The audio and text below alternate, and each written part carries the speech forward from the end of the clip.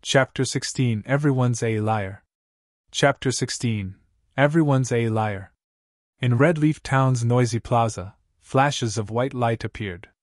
Following which, figures of players appeared, one by one. These players were the revived members of Shadow. These people had down and extremely depressed expressions on their faces. Nothing could beat the pain and entangled feeling of having recently gained something, then losing it again. Just a moment ago, they were still dreaming of becoming the tyrants of Redleaf Town. Their levels were increasing. It was like flying. In the next second, however, they died. Not only had their levels and skill proficiency decreased, but the experience they had at level 1 was also lower than before. They were much worse off compared to the average player. Flaming Tiger's expression after reviving was even more livid. His eyes alone could eat a person alive. System: Player Feng has killed you. You will be revived in Redleaf Town after 3 seconds. At the same time, you will lose 1 level, and all your skill proficiencies will be reduced by 100 points. Feng! I will not let you off! I will definitely make you wish for death! Flaming Tiger let out an angry bellow after looking at the numbers displayed by the system. His actions had caused the other players to quickly avoid him, not daring to look at this man. After venting for a while, Flaming Tiger ordered the other members of Shadow to check their bags, checking for the items they dropped. Although this death caused great losses for everyone, there wasn't just the EXP gain from killing kobolds. There was also loot. This was also the only thing they could be happy about. At the very least, they did not busy themselves for nothing. When Flaming Tiger took a look into his bag, a sweet taste suddenly entered his throat. He spat out a mouthful of blood. At once! Immediately! We head for Dark Moon Valley, now! I must kill that kid! Flaming Tigers bellowed, his anger reaching up to the skies. The skill book that he planned on using to ridicule Feng was gone. It was an extremely rare skill for swordsmen, and it was also the most valuable item they got from grinding kobolds. Now it was gone. However, the most unforgivable thing was that the skill book had fallen into Feng's hands. In the end, all of Flaming Tiger's efforts had become Feng's gains. This was something that he would not tolerate. His hatred was something that could not be resolved, even if he were to kill Feng back to level 0. The other members of Shadow did not understand what had happened to Flaming Tiger. Going to search for Feng right now was just a futile effort. Nobody would be foolish enough to wait for them to take revenge. Feng would definitely slip away, snickering at them in some other place. At this moment, Flaming Tiger's system communication rang. Who is it? Disturbing me at this time, are you trying to die? Flaming Tiger cursed after the call connected. Flaming Tiger, your temper sure has grown after not meeting for a day. The voice on the other side was ice cold, as if in a furious rage. Flaming Tiger felt the familiarity of that voice. When he found the corresponding identity to the voice, his face suddenly turned extremely ugly. Brother Zhang, it is you. I'm currently educating my subordinates. I never thought Brother Zhang would contact me. Brother Zhang, please don't mind it. I wasn't speaking about you just now. Enough. I already know about your problem. Just looking at the damage you've caused towards Shadow's development in Redleaf Town, looking at what the good you've done has accomplished towards Shadow's development in Redleaf Town, I'll come to you immediately. From now onwards, you don't have to continue being Redleaf Town's team leader. Silent Rain, the team's elementalist, will take over temporarily. If you're still not level 2 by the time I arrive in Redleaf Town, then you can just get lost. Shadow doesn't need garbage. Flaming Tiger became spiritless after hearing these words. His hatred for Feng would never be washed away, even by the 5 lakes and 4 seas. Meanwhile, in Dark Moon Valley, Feng and Blackie were picking up the drops from the members of Shadow. Feng was currently holding the skill book dropped by Flaming Tiger. Flaming Tiger really is too generous. He had even left me such an item. Feng chose to learn the skill without hesitation. Wind Blade, Action Type. Requires Sword. Level 1. Proficiency 0/300. Ambush an enemy outside 5 yards and within 30 yards. Movement speed will be increased by 40% when rushing towards the target, and attack speed increased by 20% for 3 seconds. Cooldown, 25 seconds. A swordsman mobility would be greatly increased with this skill. It was a great counter to rangers and mages who loved to kite. Brother Feng, the meteorite or we need are all here. There are also quite a few bronze ore and shadow really helped us big this time. Blackie laughed loudly.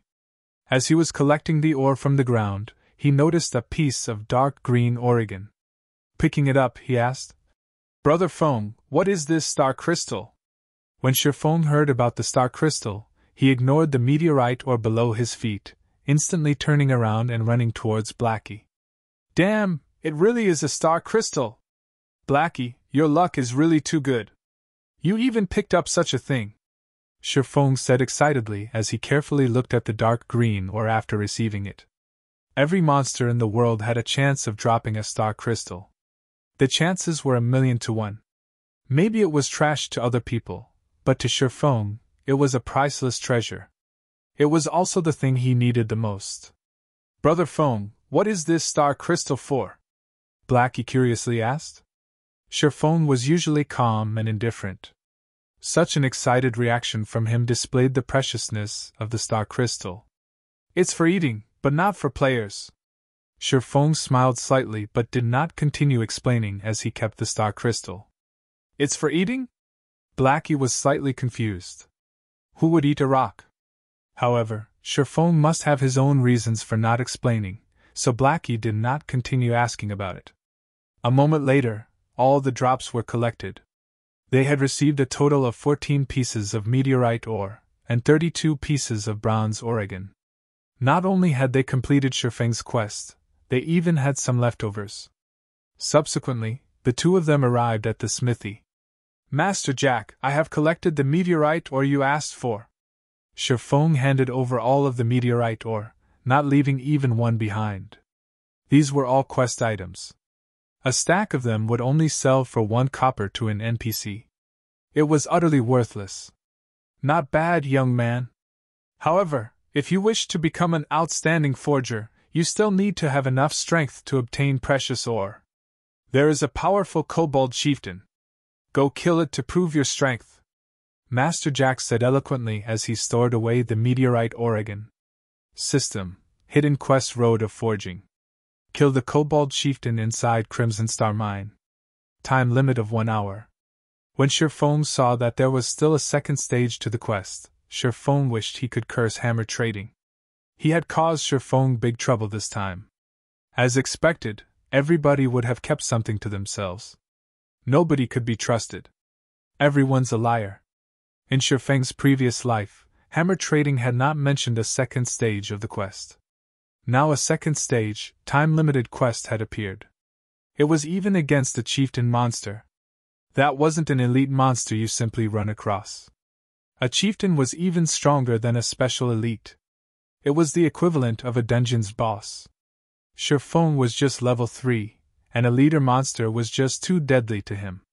In Feng's previous life, hammer trading was level 16 when he accepted the quest. Completing the quest was extremely easy. Forget it, let's have a look at it first. He could do nothing about being tricked. However, Feng did not plan to give up. The forging talent had too great of a use, and Feng must learn it. Following which, Feng and Blackie cleared the way of kobolds as they headed towards the deeper parts of the Crimson Star Mine. Compared to the kobolds at the entrance, the kobolds inside were no longer level 4, they were level 5. They took more time and energy to kill. Often, another kobold would respawn before one was killed. If there weren't enough black steel beer to reduce the kobold's level by 2, then Feng and Blackie's killing speed would be completely unable to keep up with the respawn rate. Half an hour later, Feng and Blackie arrived at the deepest part of the Crimson Star Mine. It was a large piece of empty land. There were over 10 kobolds mining for ore in the surroundings. There was a huge figure standing in the center of the empty area. It was a kobold that wore armor, and it was constantly giving out commands to the other kobolds. Kobold Chieftain, Chieftain rank? Level 5. HP 2100/2100. Just its HP alone could cause a person despair, not to mention the heavy armor worn on the Kobold Chieftain. Its defense was definitely high. It was nearly impossible for physical-type attacks to cause a lot of damage. Moreover, Chieftain-rank monsters had a recovery speed of 2% HP every 5 seconds when in battle. That meant the Kobold Chieftain would recover 42 HP every 5 seconds. It was not a number to look down upon. An average level 5 player with physical-type damage might not even be able to deal 42 damage within 5 seconds. As for using the smoke bombs to kill the Kobold Chieftain safely, that was completely impossible. A chieftain monster's range of vision was extremely wide. Even a kobold would have a vision range of 55 yards. Using the smoke bomb to reduce its vision by 10 yards would still leave it with 45 yards. Even for rangers, who had the furthest firing range of 40 yards, it was not enough. Feng thought through it again and again as he looked at the kobold chieftain before him, helplessly laughing. Do I really have to use that? Chapter 17 Magic Weapon Released, Famed Swordsman Born.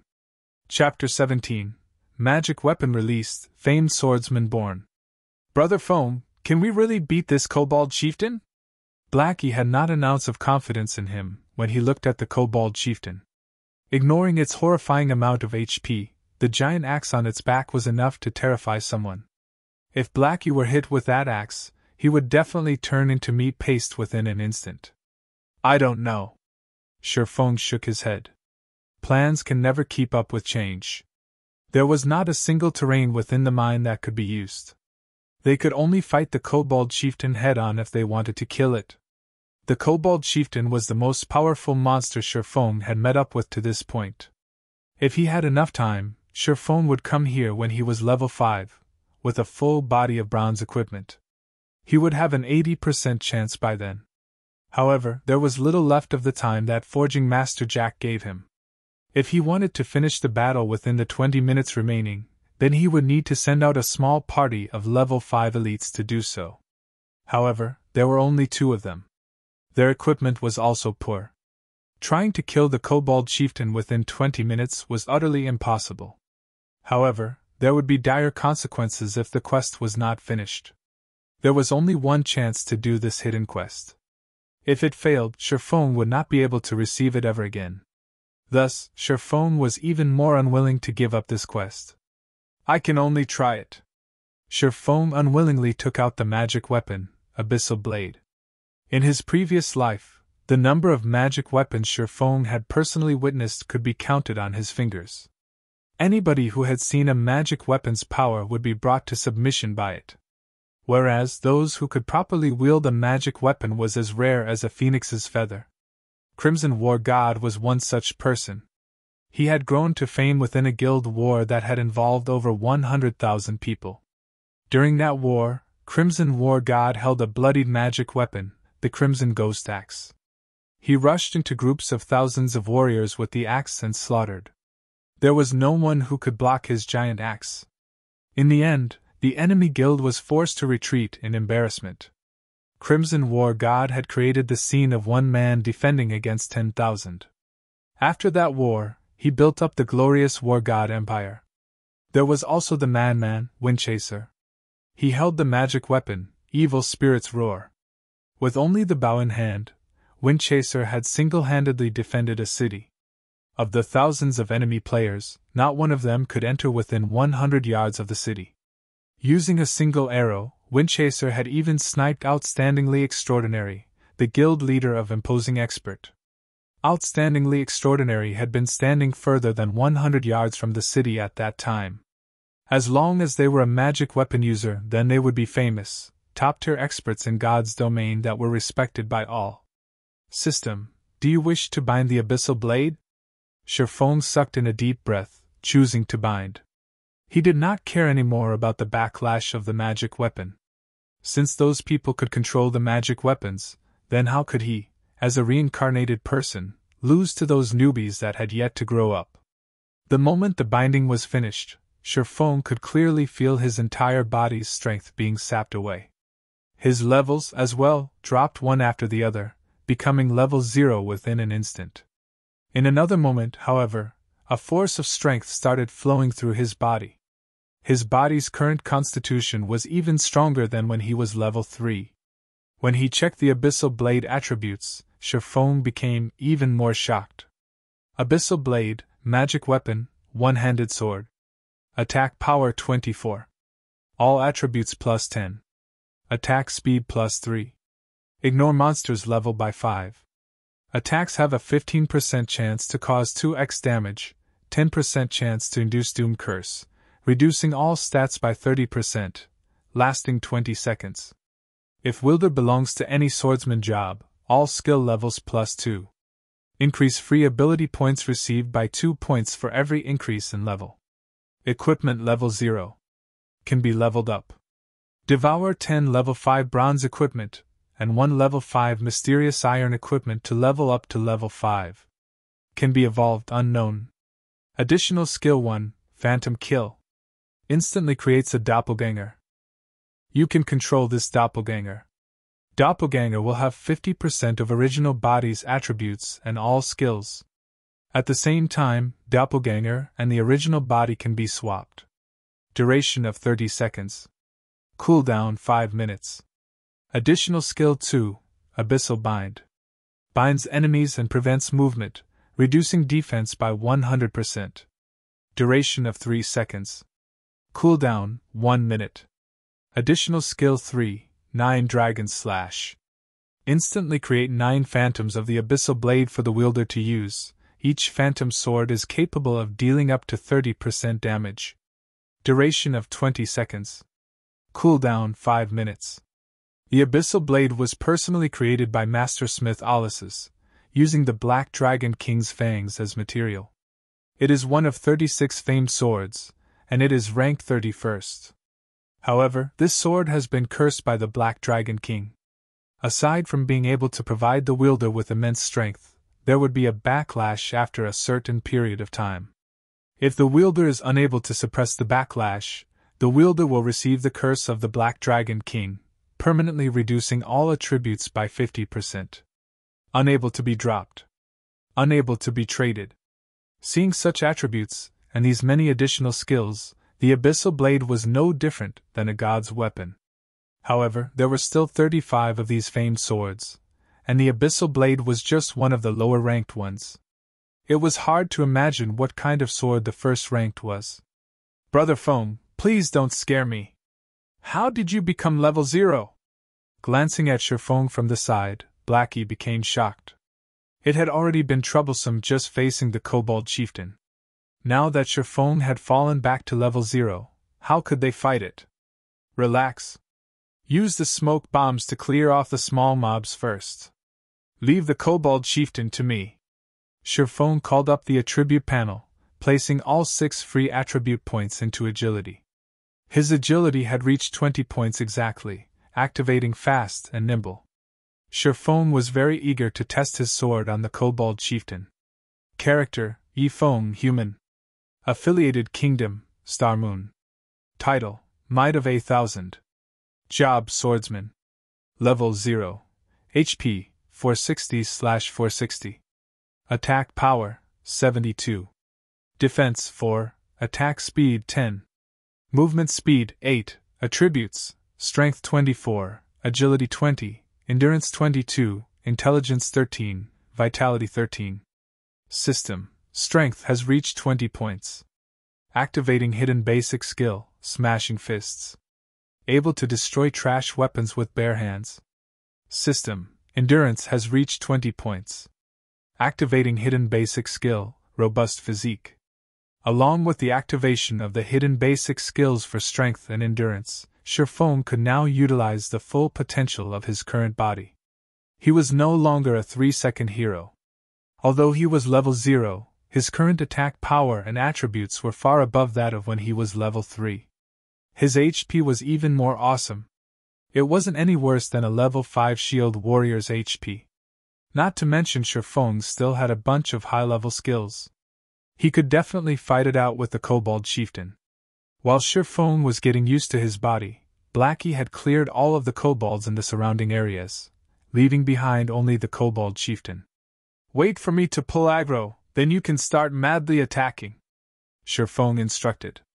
Taking a step forward, Feng rushed towards the Kobold Chieftain. Wind Blade. In the blink of an eye, Feng had arrived in front of the Kobold Chieftain. The Kobold Chieftain had yet to react before two streaks of black light slashed at its neck. Suddenly, blood splashed from its neck, causing the Kobold Chieftain to scream in pain. Two frightening damages appeared above its head. -63-128. The Kobold Chieftain finally reacted. However, just as it lifted its giant axe, another sword flash passed through an unprotected area of its body. Chop! Another -105 damage appeared on the Kobold Chieftain. The power of a level 4 chop was shocking. When the giant axe landed on the ground, it created a large crater. However, Feng had long since retreated and followed up by using a level 4 thundering flash. 3 streaks of violent thunder passed through the Kobold Chieftain's gigantic body, creating damages of -84, -101, -123. Feng had taken over 600 HP away from the Kobold Chieftain after just a single exchange. The might of the famed sword, the Abyssal blade, even shocked Feng himself. Blackie, who stood a distance away, was even more dumbfounded. Chapter 18 9 Dragon Slash. Chapter 18 9 Dragon Slash. The Kobold Chieftain became enraged when he was dealt the heavy damage by Feng's surprise attack. The blood that leaked from its wound became its stimulant. The Kobold Chieftain raised its giant axe, bombarding Feng with one attack after another. The Kobold Chieftain could not react appropriately towards Feng's previous surprise attack. It could only instinctively attack, so its attacks were aggressive. Against the wild attacks of the Kobold Chieftain, even a level 5 shield warrior or guardian knight would die within an instant. Feng could only retreat under such intense attacks. He did not have any chance to retaliate. He also needed to dodge the incoming rubble the size of fists. If they hit him, it would cause quite an amount of damage. A man and a beast exchanged moves at high speeds. If it were an average man, he most likely would not be able to make a single move. He would be halved by the giant axe, becoming very much dead. Blackie, hurry and attack it. I can't hold on for much longer. Feng had been dodging for a whole 7 or 8 seconds now. When he saw Blackie, having yet to attack, he shouted loudly. They were currently facing a chieftain boss, not a little elite. The attack patterns of a chieftain boss were not as monotonous as an elite's. It had a variety of attacks. The chieftain boss was a monster that possessed intelligence. It would even change its attack pattern for specific players. Couple that with a strength that was 2 to 3 times that of a normal elite, the chieftain boss was stronger than an elite by at least 4 times. Although Feng had only exchanged blows with the Kobold Chieftain for 7 or 8 seconds, it felt like several minutes had gone by. Just from blocking attacks and the occasional counter-attack had already taken over 100 HP from Feng. If this situation continued, it wouldn't be long before his HP reached 0. With the famed sword, Abyssal blade, Feng's attributes were greatly increased. It allowed 3 hidden basic skills that were most important to a melee player to be activated. With these skills, Feng was able to exhibit extraordinary attacks and dodges continuously. If he did not possess the Abyssal blade, Feng would have died long ago. I'll come help you, brother Feng. Blackie realized his mistake as he finally reacted. He hurriedly waved his staff, his mouth chanting a curse. After aiming at the Kobold Chieftain, he shot a dark arrow. The dark arrow landed on the Kobold Chieftain's body, only dealing 17 points of damage. Blackie's mouth became wide open after seeing this damage. He couldn't help becoming astonished by a chieftain monster's defense. Blackie could cause over 50 damage if he attacked a level 5 monster, however, it was only a third of that amount now. It could be seen how shocking a chieftain monster's defense was. On the other hand, Feng could deal over 100 damage in a hit. What kind of attack power was that? Feng abruptly slashed the Abyssal blade in mid-battle. Chop! A black light dug itself through a gap in the Kobold Chieftain's attack. Pun! Feng took 3 steps backward before stabilizing his body, over 30 damage appearing above his head. On the other hand, only the Kobold Chieftain's giant axe was pushed back, pausing slightly in midair. It worked. It seems like my strength is just barely enough. Feng was very satisfied with the attack this time.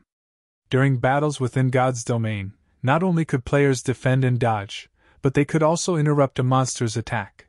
This would cause the monster's attack to stop briefly, ending the monster's offensive. It was a high-level battle technique. Such techniques only started becoming popular half a year after God's domain's opening, especially in boss battles. If the MT, main tank, did not learn such techniques, the end result would be a party wipe. This was because there were no players capable of blocking a boss' crazed and continuous attacks. The Kobold Chieftain's momentary pause had caused it to reveal a weak point.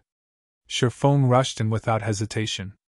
Gathering all his strength into his hand, Feng gripped the Abyssal blade tightly and continuously struck the Kobold Chieftain. 4 streaks of sword light hit the unarmored parts of the Kobold Chieftain. With the damage amplification effect, Feng's attack instantly took to 300 HP away from the Kobold Chieftain. Adding in Blackie's attack, the Kobold Chieftain only had little over 900 HP remaining. Ayo! Ayo! Ayo! The Kobold Chieftain started going into a frenzy. It threw its giant axe to a side, pulling out 2 machetes from its waist. The change in weapons caused the Kobold Chieftain's attack patterns to change. If the Kobold Chieftain was a berserker when he held the giant axe, then after wielding the pair of blades, the Kobold Chieftain was a dual-wielding swordsman. The Kobold Chieftain now combined strength with agility, no longer just using violence to oppress its opponent. The attack pattern of the pair of blades was no longer monotonous. The Kobold Chieftain's attack speed had a large increase as well. Just after Feng dodged one of the blades, the other came following behind. Feng hurriedly used the Abyssal blade to block it. Dazzling sparks were created when the blade and sword intersected with each other. Feng's entire person was sent flying away. When Feng was still in midair, he saw the Kobold Chieftain leaping with all its might, its machete raised high for a frontal assault. Is it going all out? Feng was shocked, hurriedly using parry. Hong! The Abyssal blade blocked the machete. However, Feng was like a meteorite as he fell heavily to the ground. Feng had thought the Kobold Chieftain's attack to be over. However, as it fell from the sky, its twin blades plunged downwards as well, with Feng's chest as their target. Feng was unable to move to dodge the attack. Phantom kill! Instantly, a doppelganger of Feng appeared 3 yards away from him. With lightning speed, Feng swapped places with his doppelganger. When the Kobold Chieftain landed, both its blades stabbed into the doppelganger's chest. The doppelganger's HP madly fell, over 300 HP disappearing within an instant. Just as the Kobold Chieftain revealed an excited smile, Feng appeared behind its back. The Abyssal blade in his hand was also letting out a faint black glow. 9 dragons slash. 9 phantoms of the Abyssal blade appeared, silently floating in midair and circling Feng. Although Feng could not completely control all 9 swords, using the 9 of them for a simple attack was not a problem. Shashasha. 9 Abyssal blades danced as if they were playful sprites, continuously penetrating the Kobold Chieftain's body. Small values that were just over -10 continuously appeared on the Kobold Chieftain's head. Although the damage was very low, the quantity was high. Including Feng's chop and normal attacks, the Kobold Chieftain's HP fell close to 500 HP. Seeing the Kobold Chieftain wanting to turn around, Feng did not dare give it any chance for a counterattack. Immediately, Feng used Abyssal Bind. The Kobold Chieftain could not move for 3 seconds, and its defense was reduced by 100%. In a battle, where even blinking would get you killed, 3 seconds was enough to change the results. The Kobold Chieftain could not move after being bound by the pitch-black chains which came from the Abyssal blade. The 9 Abyssal blades continued attacking without stop, creating damages of over -20 with each hit. The Kobold Chieftain's HP madly fell, leaving it with only around 200 HP within a moment. Oh whoa! The Kobold Chieftain bellowed as it became thoroughly berserk, its body size becoming twofolds larger. Feng watched as the 3 seconds passed by. The Kobold Chieftain's strength was no joke after becoming completely berserk. Its strength had increased by at least 30%. However, all of Feng's attacks and life-saving skills were still on cooldown. As if having seen through Feng's distress, the Kobold Chieftain's face revealed a mocking expression. 2 large blades came crashing towards Feng, their speeds like that of flying arrows. At the moment of life and death, Feng noticed a kobold miner respawning from the corner of his eyes. Immediately, Feng activated Gravity Liberation, followed by Wind Blade. With lightning speed, Feng dodged the chop from the twin blades and rushed towards the kobold miner's front. Ayo! Ayo! Ayo! When the Kobold Chieftain saw the near-death Feng actually dodging its attack, its strong legs abruptly stomped on the ground, pushing it straight towards Feng. Blackie felt chills down his back as he watched Feng fighting. Regardless, his mouth never stopped chanting curses, sending out one dark arrow after another. However, the Kobold Chieftain's speed was too fast, trying to hit it was just too hard. Fortunately, there was more than a 20-yard distance between the Kobold Chieftain and Feng. The Kobold Chieftain would still need some time to catch up to Feng. Within this period, Feng might even be able to kill off the Kobold Chieftain with the 9 phantoms of the Abyssal Blade. However, both Feng and Blackie had underestimated the Kobold Chieftain's explosive strength. Not only were its strength and defense greatly increased, even its agility had a great increase. It only took 2 seconds for the Kobold Chieftain to reach over 20 yards. The Kobold Chieftain lifted its twin blades, strongly slashing it down. The Kobold miner in front of Feng was split into 2, and a rain of blood fell 5 yards around it.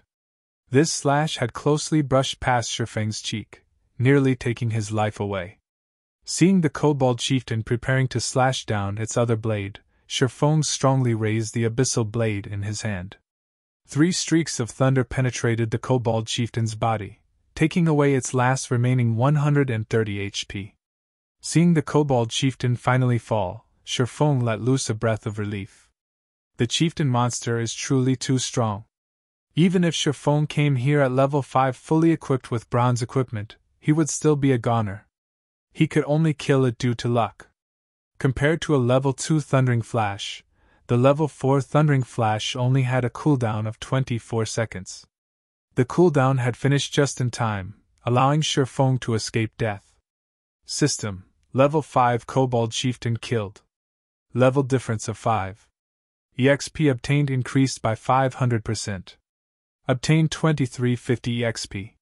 Feng immediately rose to 76% of level 1. System: Congratulations for becoming the first player to kill a chieftain monster. Kobold Chieftain's item drop increased by 200%. Reputation in Starmoon Kingdom increased by 10 points. Suddenly, the Kobold Chieftain's body started expanding. Its size continued increasing until its body exploded with a boom, scattering a pile of items all over the floor. Chapter 19 Evil Whip. Chapter 19 Evil Whip. When the Kobold Chieftain exploded, items scattered all over the floor. Copper coins paved the floor as well in a copper glow, shining through the entire mine as if celebrating Feng's success.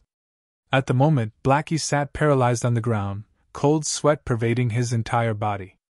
It was as if all of his strength was sapped out from his body. He could not care less about the drops on the ground. This battle was truly difficult. There was no time to even take a breath. Every minute and every second were a soul-shocking moment that stimulated the eyes. Every moment of the battle just toyed with Blackie's heart. He would not be able to take it at all if he did not have a strong heart. As for Feng, who could battle against the Kobold Chieftain head-on, what kind of heart did he possess? This is too great! We won, Brother Feng! You really are my idol! Blackie loudly shouted in extreme excitement. Seeing Feng's calm face, Blackie was filled with respect for him. Although Feng's former strength was quite good, surpassing many average players, he was still just an average professional player. Feng's skill had never been out of reach for Blackie. Feng had been previously quick to get excited. He would even get into an endless conflict over a piece of common equipment, as if he was an unsheathed blade. However, the current Feng was hugely different than before. It was as if he became a different person. The present Feng was extremely calm and did things without hesitation. He gave off a certain serenity that resembled that of a dormant dragon. He did not do anything outstanding normally, yet when he did, it would shock the world. "Blackie, wasn't your idol Gentle Snow?" Feng slightly smiled as he said so. "Of course Gentle Snow is my idol. However, you're awesome as well, Brother Feng. Usually, you keep quiet without revealing anything, but now that you've shown it, even such a powerful kobold chieftain was done in by you. Not even a true professional gamer could compare to you, so how could I not admire you? As they said, the shade is better under a large tree. Brother Feng, you should teach me how to play a Cursemancer. Even in my dreams, I've dreamt of becoming a professional gamer." In Blackie's eyes, Feng was just like a mountain of gold. He was glad for the choice he had previously made. If he had gone to Shadow Workshop, he would probably still be a nameless gold farming member. He wouldn't even have the chance to meet an expert. Forget about becoming a real expert. "All right." Feng smiled. Blackie's character was just so straightforward. When Feng was fired in his previous life, Blackie had resigned as well, without hesitation. Blackie had given up a job with an annual income of millions just to share the suffering together with him. Naturally, Feng wouldn't betray Blackie. He would teach Blackie whatever he could. Although Feng had not played a Cursemancer before, he had still observed plenty of expert Cursemancers. Feng knew the general direction to develop a Cursemancer, and it was more than enough to give pointers to Blackie. "Brother Feng, how do you think I should place my points early on? Do I go full intelligence?" Blackie asked. Feng shook his head, saying after some thought, "Although it isn't bad to go full intelligence during the beginning periods, agility is a must if you wish to become a powerful Cursemancer. Aside from just increasing your movement speed, agility can also increase your casting speed. Cursemancers have very few life-saving skills, are slow runners, and have many skills that require chanting. A Cursemancer's spells are also weak in power. They mainly rely on curses to deal damage. However, unlike elementalists, who are literal cannons, time is required for a Cursemancer to unleash that damage fully. Hence, after adding intelligence up to 20 points, you should place half of your free ability points into agility. This will ensure your safety as well as allow you deal more damage." In Feng's previous life, there was an extremely powerful Cursemancer. That person had broken the traditional point allocation method of a Cursemancer by adding a large amount of agility. Not only could he deal damage both quickly and fiercely, but he was even more powerful in PK. He had destroyed assassins that were counters to mages. Even in death, those assassins had not landed a single hit on that Cursemancer, breaking the law that stated mages would die if they were closed in by a melee player. After that incident, many Cursemancers had started adding agility, causing assassins to be endlessly depressed as they became bullied constantly by Cursemancers.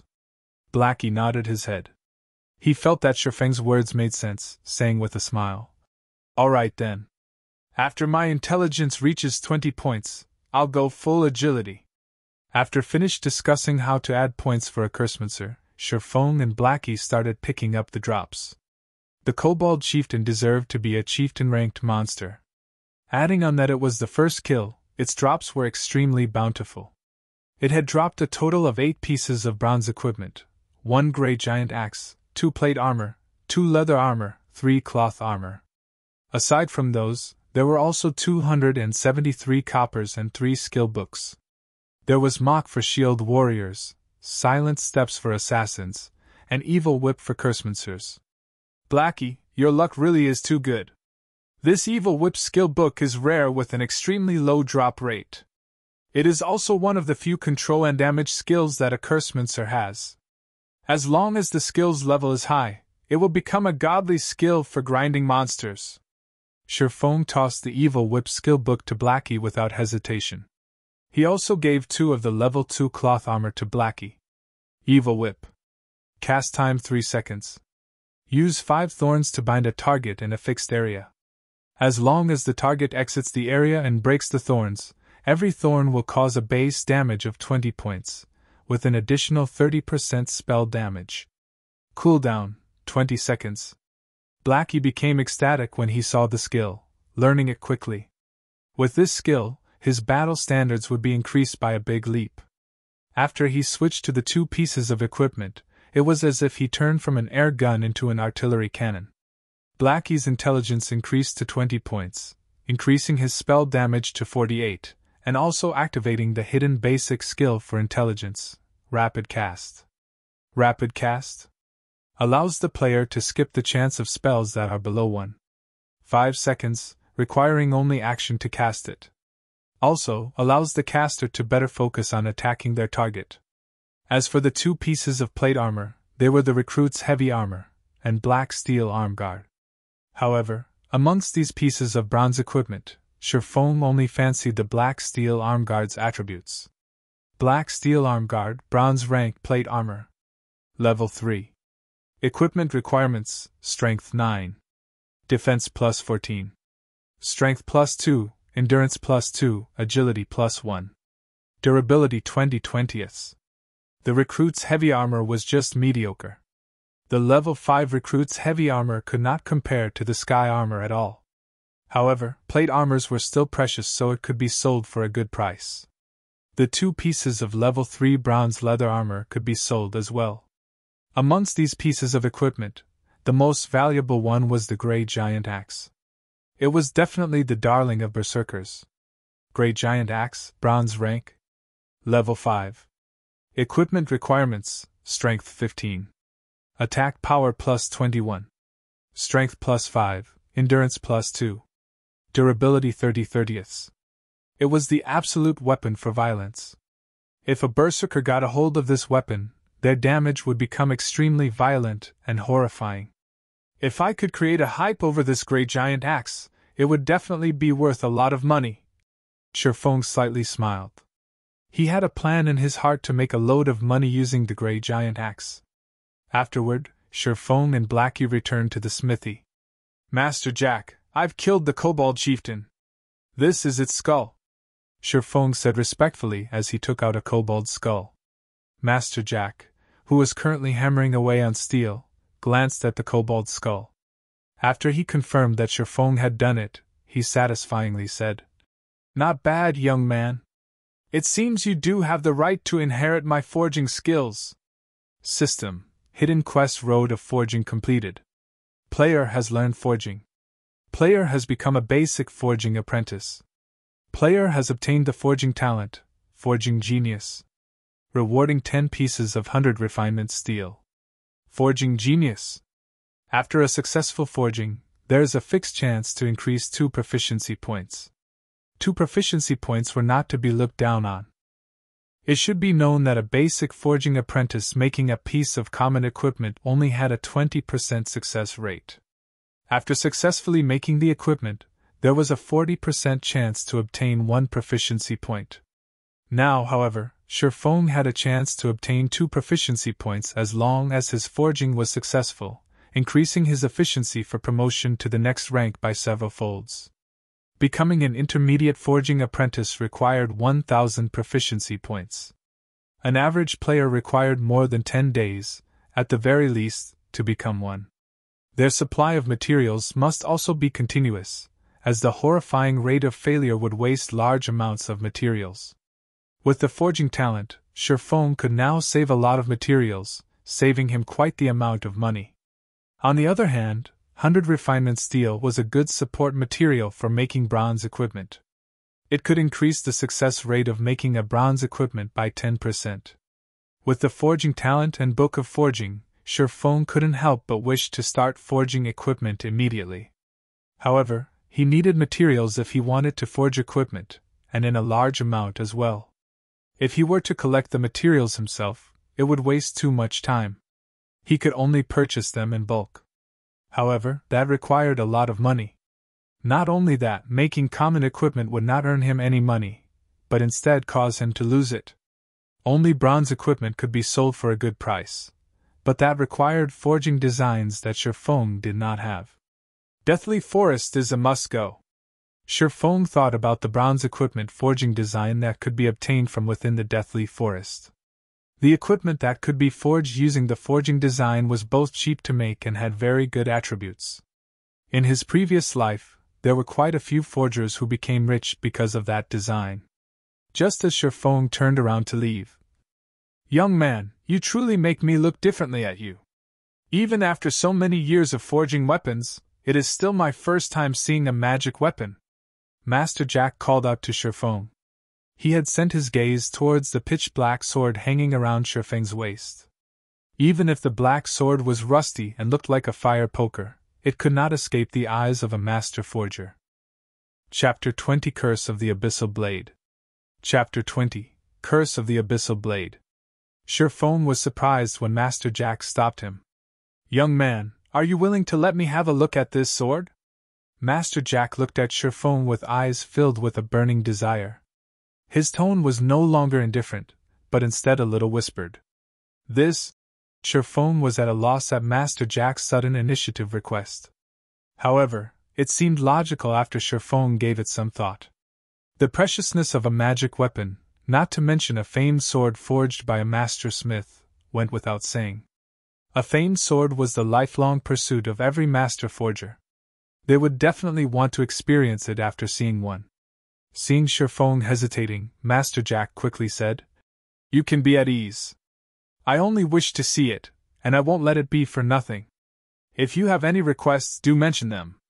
When Feng heard this sentence, he became extremely excited.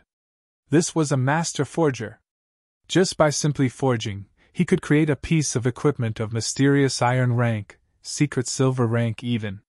His request was just to have a look at Feng's sword.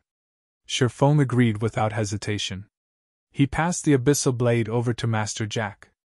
NPCs couldn't steal items from players, so he was completely unworried whether or not Master Jack would do away with the Abyssal Blade. He would allow Master Jack to look at it however he wished afterward. Feng would ask for a secret silver one-handed sword. By then, he would be able to fully display a swordsman's true strength. Master Jack held the Abyssal Blade that looked like a fire poker, both praising the delicateness of the blade and marveling at its strength. After looking at it for over 10 minutes, Master Jack unwillingly returned the Abyssal Blade to Feng. "Young man, this is a good and infinitely powerful sword. However, the curse on this sword is extremely evil.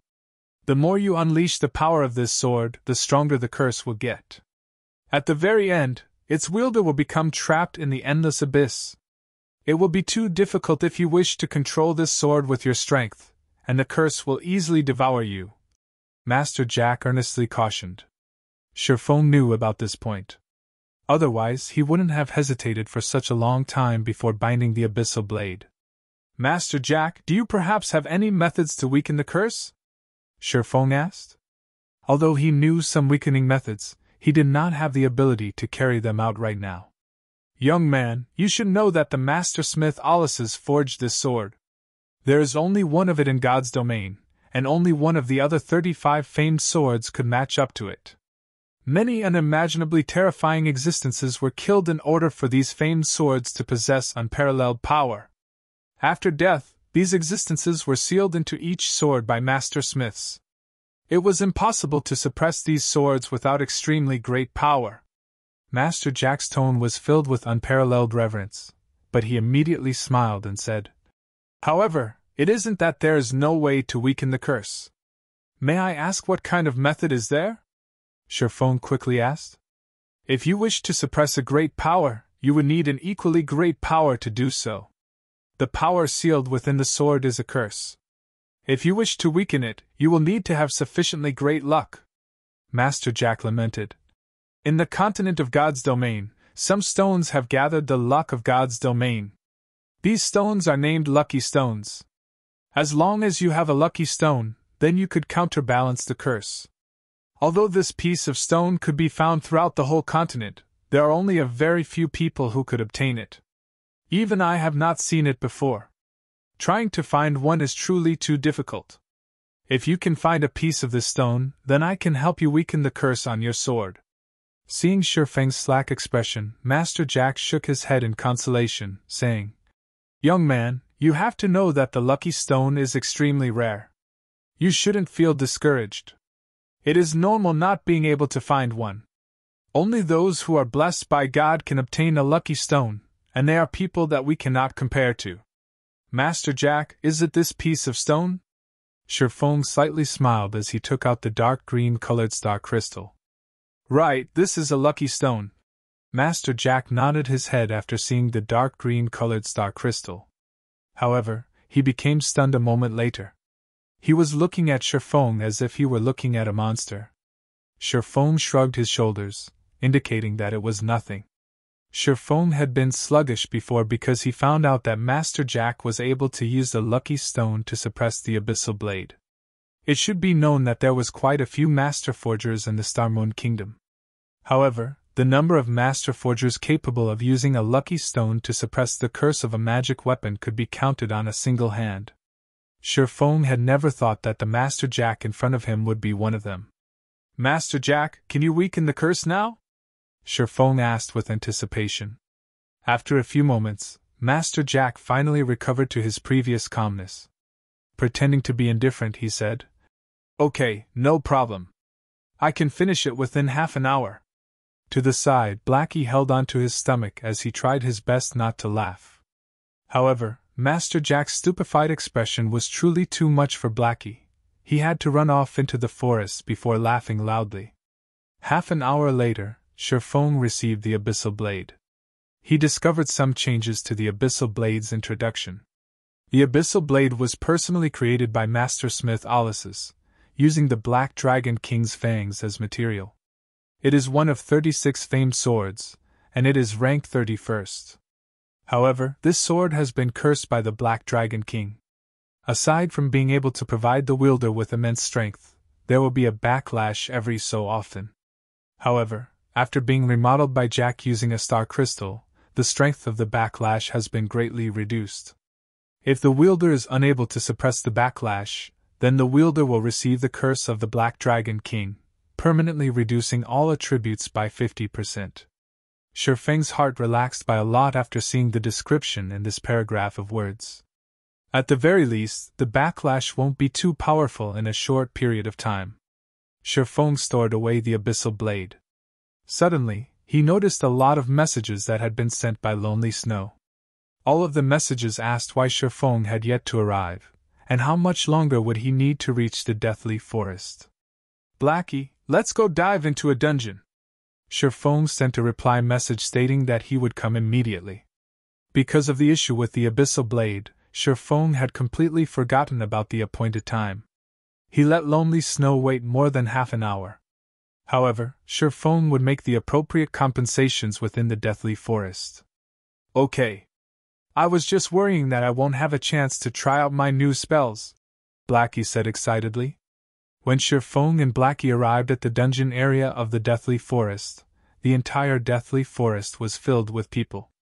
Level 2 players were everywhere, and many players were forming parties to enter the dungeon. "Open party for Deathly Forest, welcoming violent damage dealers, for waiting for 2. Effective party for Deathly Forest, we are just missing a powerful healer, guaranteed to clear." Seeing such a scene, Feng shook his head slightly. He walked towards Lonely Snow, who was waving his arm. In Feng's previous life, the players had been stuck at the Deathly Forest for a long time. The dungeon was only cleared when the majority of players were level 5. "Brother Expert, you're finally here. Those friends of mine are already becoming impatient from waiting. Let us hurry." Lonely Snow was burning with anxiety when he saw Feng leisurely walking over. Afterward, Lonely Snow brought Feng and Blackie to the gathering point of the party. "Lonely, this is the expert you said? I thought he was a person with 3 heads and 6 arms, but it seems he's nothing more than this." The male cleric, Wordless Summer Night, saw Feng wearing novice equipment. There was also a fire poker that hung around his waist. It looked as if it was some trash weapon he had randomly picked up. When Wordless Summer Night saw this, he couldn't help but ridicule. "Brother Wordless, how could you say such things about Brother Expert? He is a dignified beta tester, So he definitely must have something extraordinary. Otherwise, how would he dare to take all equipment for Swordsman and Cursemancer? The shield warrior, battled to the end, stood to the side and sneered. The two of them had already felt displeasure for Feng. This was because Feng had wanted to take away all plate armor and mage equipment immediately after joining. Wouldn't they just be working away for nothing? If it were not for their boss wanting to have a look at Feng, they would have long since invited other players and dove into the dungeon. Now that they saw Feng in such poor equipment, they could criticize him and force him to leave. Lonely Snow wanted to retort as Feng was someone he had personally invited.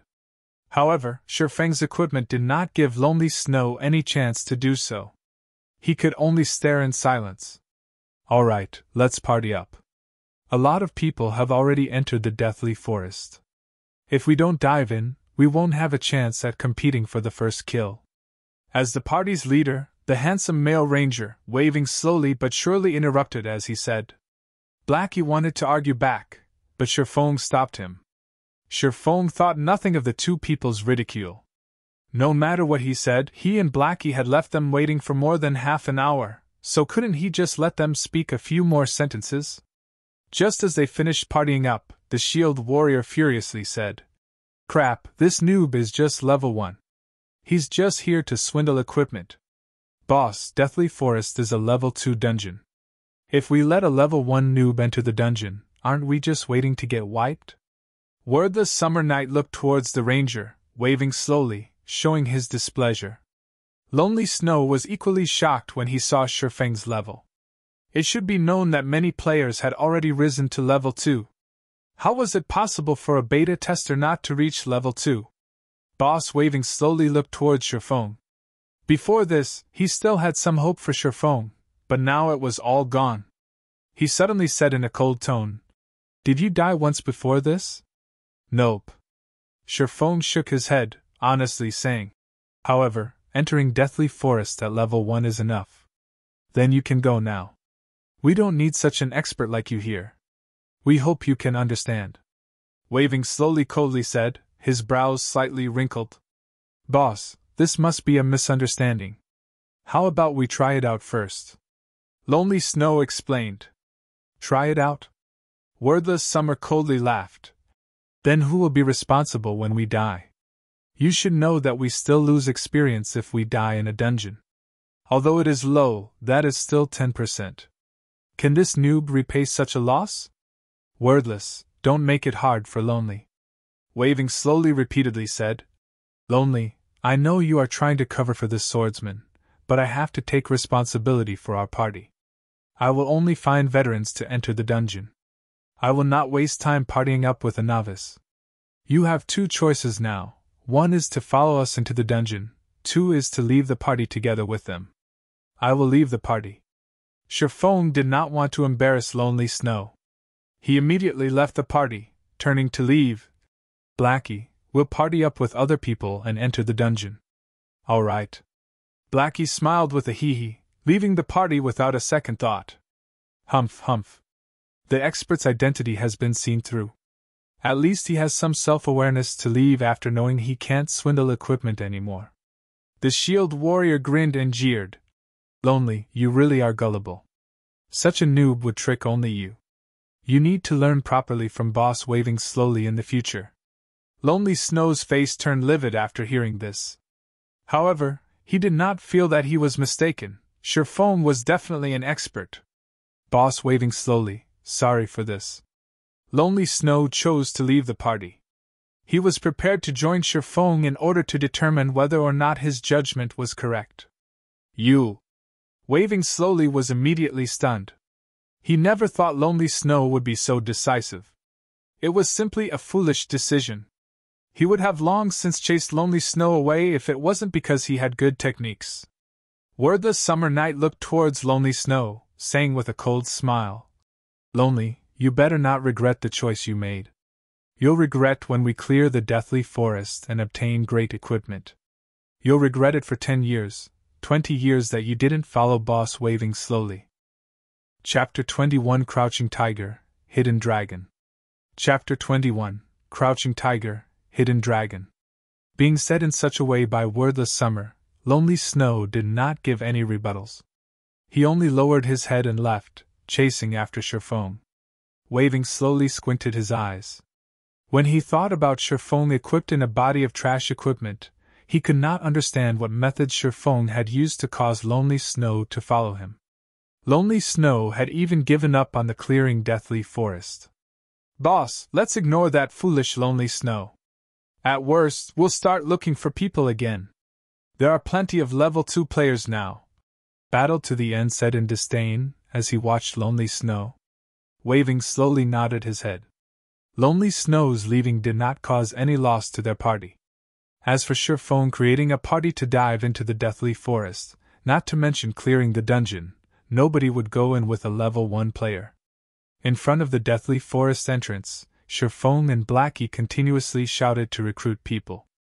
Open party for Deathly Forest, no rigid requirements, okay as long as you're a veteran gamer. 2 waiting for 4. Feng shouted. When everyone heard of it, many level 2 players had run over. It was because Feng's requirements were very low. Many small parties would choose people based on equipment quality.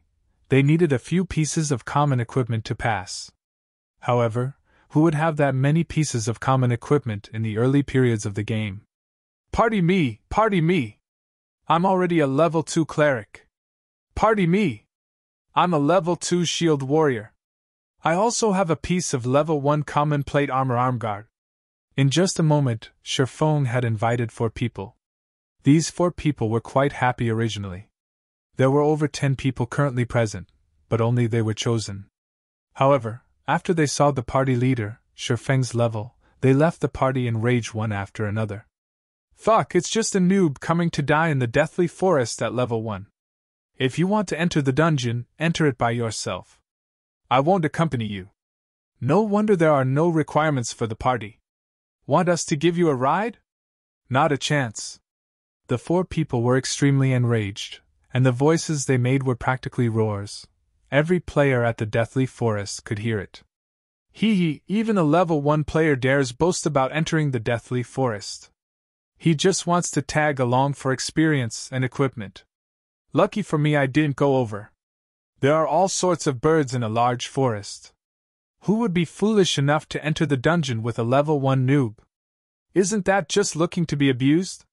One after another, the level 2 players laughed at Feng for overestimating himself and for his foolishness.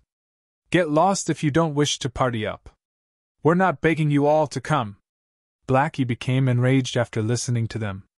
Feng's techniques had long since convinced him, yet these people were calling Feng a noob.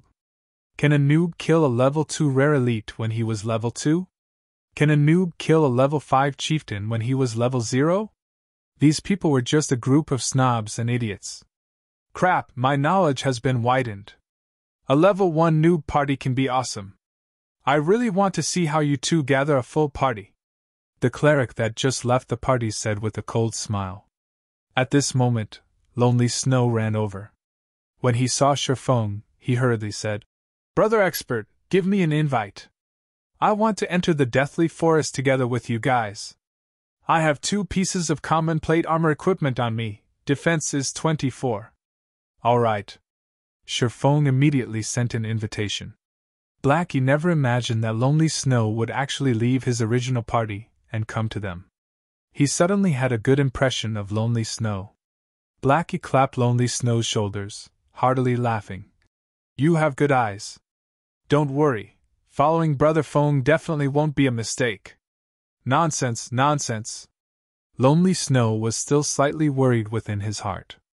The grinding spot Feng had simply pointed him to had allowed him to rise to level 2 quickly. However, Feng himself hadn't even reached level 2, and he was still wearing very poor equipment. Lonely Snow just couldn't understand how it could be so. The spectating players by the side all became dumbfounded. There was actually someone who would enter the dungeon with a level 1 noob. This person had good equipment, at that. The brand new plate armor and boots on Lonely Snow must definitely be common equipment, and not trash equipment. Although Lonely Snow had joined the party, not a single player had joined them after Feng had recruited for over 10 minutes. With just 3 of them alone, it was impossible to enter and clear the dungeon. At this moment, waving slowly but surely brought a group of people. Brother Expert still hasn't partied anybody? We've already invited another 3 strong members. All of them have at least 2 or 3 pieces of level 1 common equipment.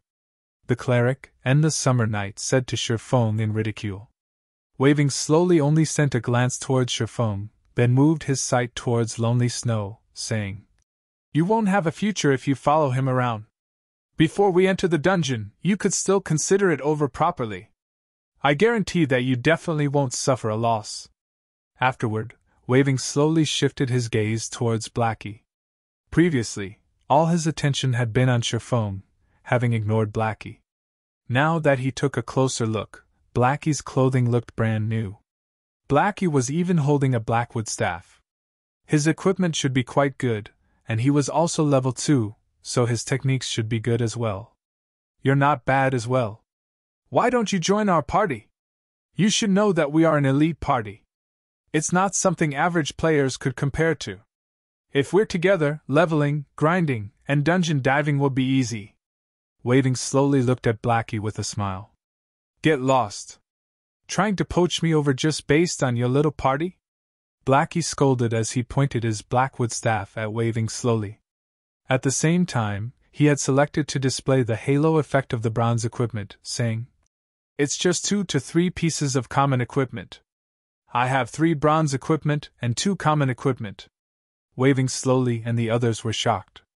They never thought Blackie was that powerful.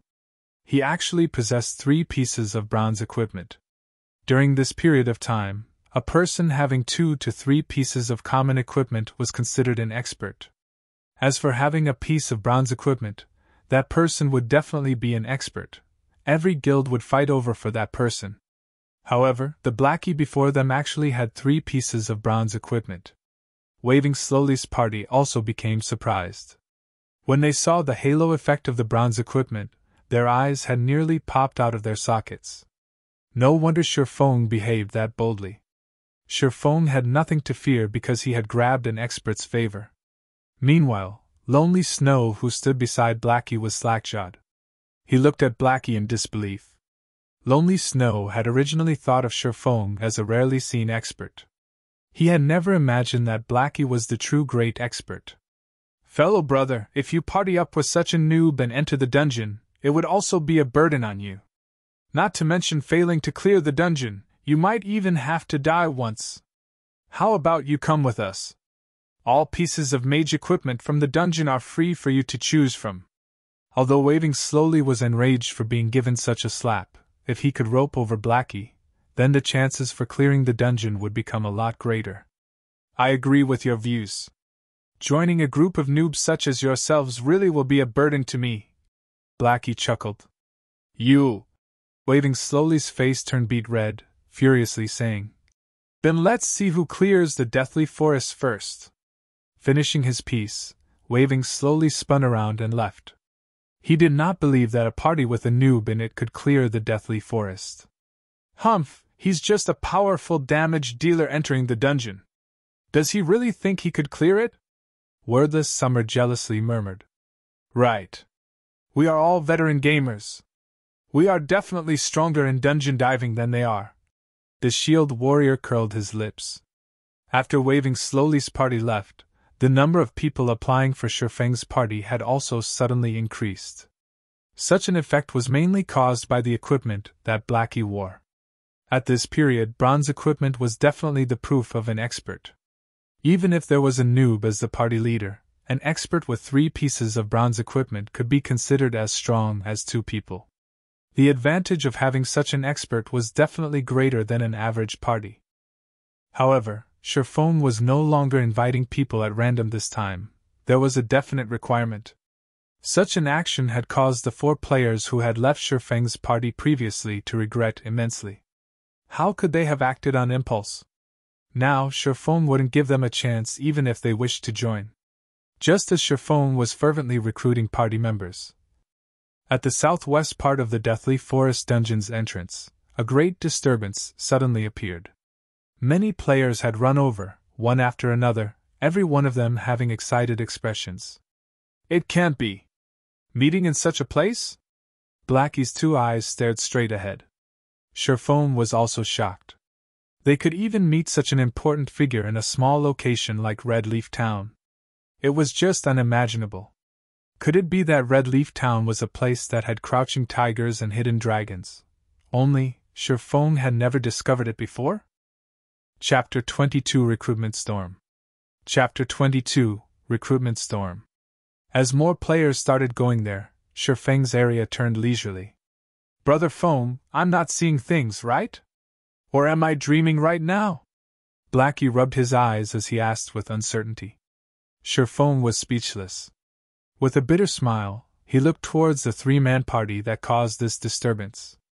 The newcomer was not just anybody, she was Blackie's idol, goddess Gentle Snow. Gentle Snow's body was covered in a suit of gorgeous silver-colored plate armor, revealing her fine and curvaceous body. Adding to her angelic beauty and snow-cold temperament, even women's hearts would be moved by her, as well as a large group of men. Even Feng couldn't help but admit that Gentle Snow was the most perfect woman he had seen before, be it regarding appearances, body, or temperament. There was not a single female celebrity who could match up to her. As for the two people on each side of Gentle Snow, Feng was very familiar with them as well. He had seen them before on big news channels. They were all famous experts in God's domain. One of them was also an absolute beauty named Zhao Yueru. If Gentle Snow could be said to possess a perfect body and appearance, then Zhao Yueru possessed a devilishly enticing body and appearance. Every one of her movements was like a temptation that could influence a person's heart. Adding on the fiery red robe that she wore, her body radiated a wild-like charm. Such bewildering charms had caused many men wanting to go over and assault her. If you really did such a thing, however, then congratulations. You've just earned a one-way ticket directly to hell. This was because words such as big breasts, no brains and as delicate as a flower were not applicable to Zhao Yueru. In God's domain, she had another nickname of the Flame Witch.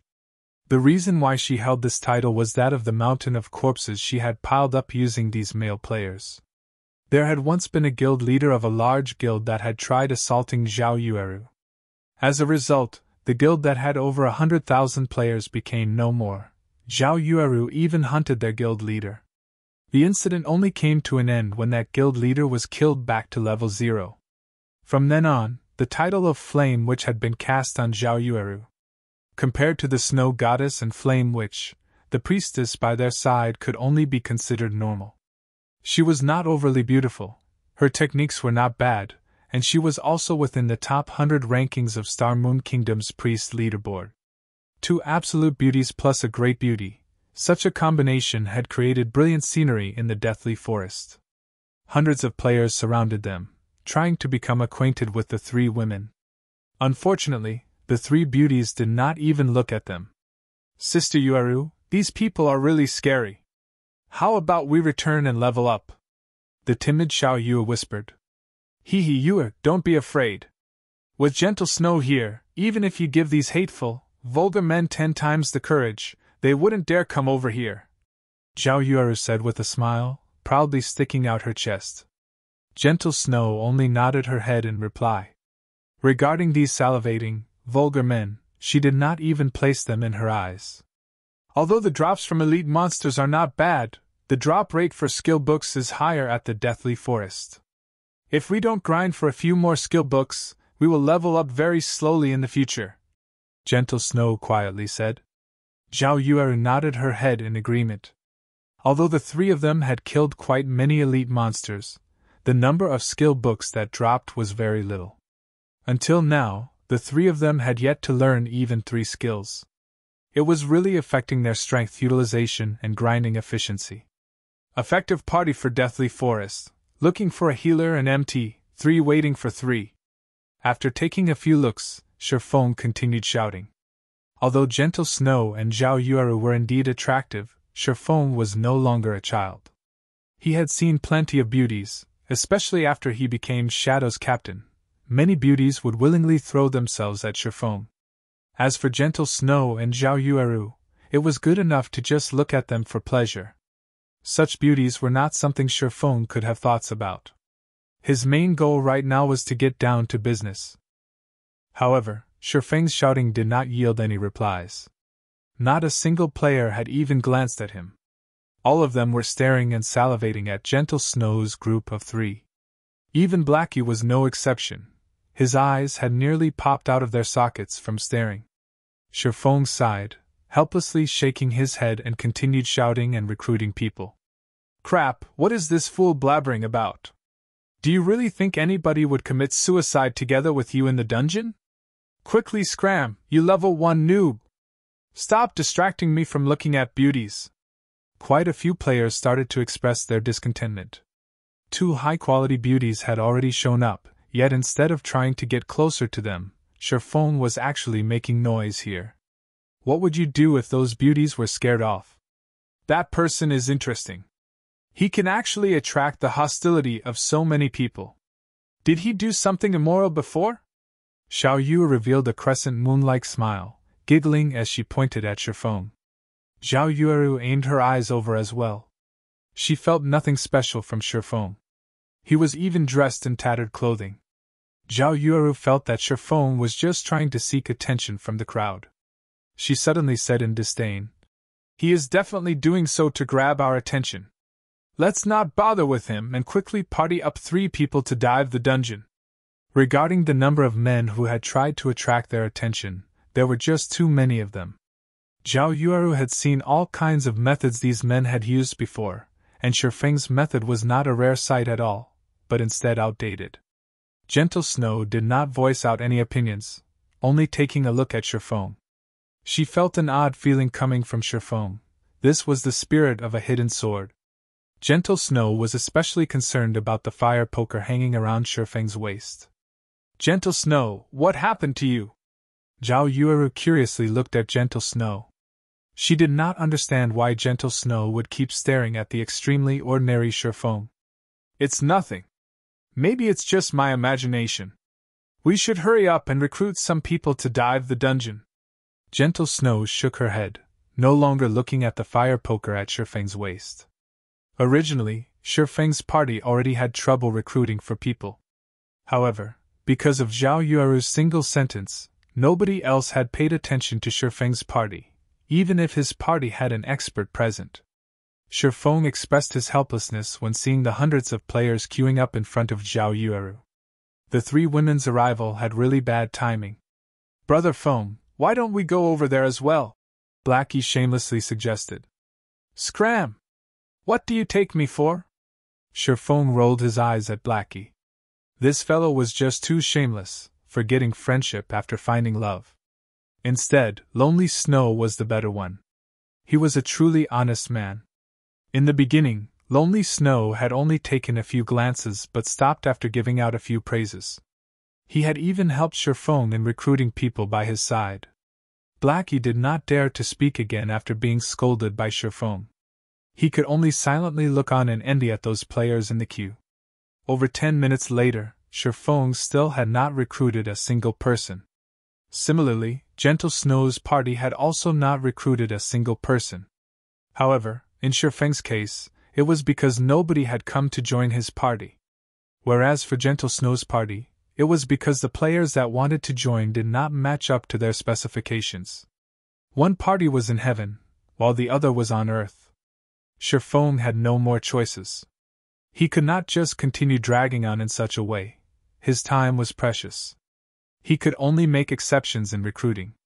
"Efficient party for Deathly Forest, we have an expert leading the party, clear in 1 try, no limit to levels, looking for healers and damage dealers, 3 waiting for 3. However, Feng's words had caused many players to send over looks of disdain.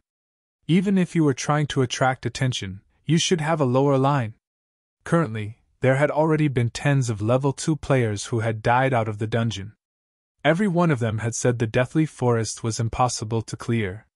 On the other hand, Feng said his party had no level limits. Then wasn't he trying to say that he only needed 1 person to clear the Deathly Forest? Was this possible? However, Feng's lower line had still attracted some players' attention. Within a few moments, a group of level 1 players had come running over to join. Chapter 23 Tyrant Bear. Chapter 23 Tyrant Bear. Tens of level 1 players came running over. The area in front of Feng's party had also started becoming lively. This person is really something. He is so desperate to enter the dungeon that he would even want level 1 noobs. Did he not know that there has already been a level 2 elite party that had returned after dying? Who cares about him? A noob is a noob after all. We won't be able to understand their thoughts. The long queue of level 2 players started laughing one after another at Feng's actions. They all wanted to watch Feng become a joke. Those guys are really interesting. Even I don't have much confidence in clearing the Deathly Forest, yet they actually want to clear it with a group of level 1 players. Zhao Yueru's lips curled up slightly, revealing an exuberant smile as she looked in Feng's direction. Her voice carried a hint of ridicule and disdain. Gentle Snow also sent a glance towards Feng from a distance. Feng's temperament was both calm and confident. He did not become angry from being laughed at. Every one of his movements was very mature, not much different from the experts in God's domain she had seen before. However, she did not understand from where Feng's confidence came. Deathly Forest was Red Leaf Town's first dungeon, and it was also everyone's first time being in touch with a dungeon in God's domain. Their difficulties were an unknown. Even the elite parties of guilds would carefully choose their members before entering the dungeon. On the other hand, Feng did not care in the slightest, as if just gathering 6 players was good enough. Maybe I'm just overthinking things. He's just a level 1 player, so how could he clear the Deathly Forest? Gentle Snow caressed her elegant hair, her heart no longer thinking about Feng's odd actions.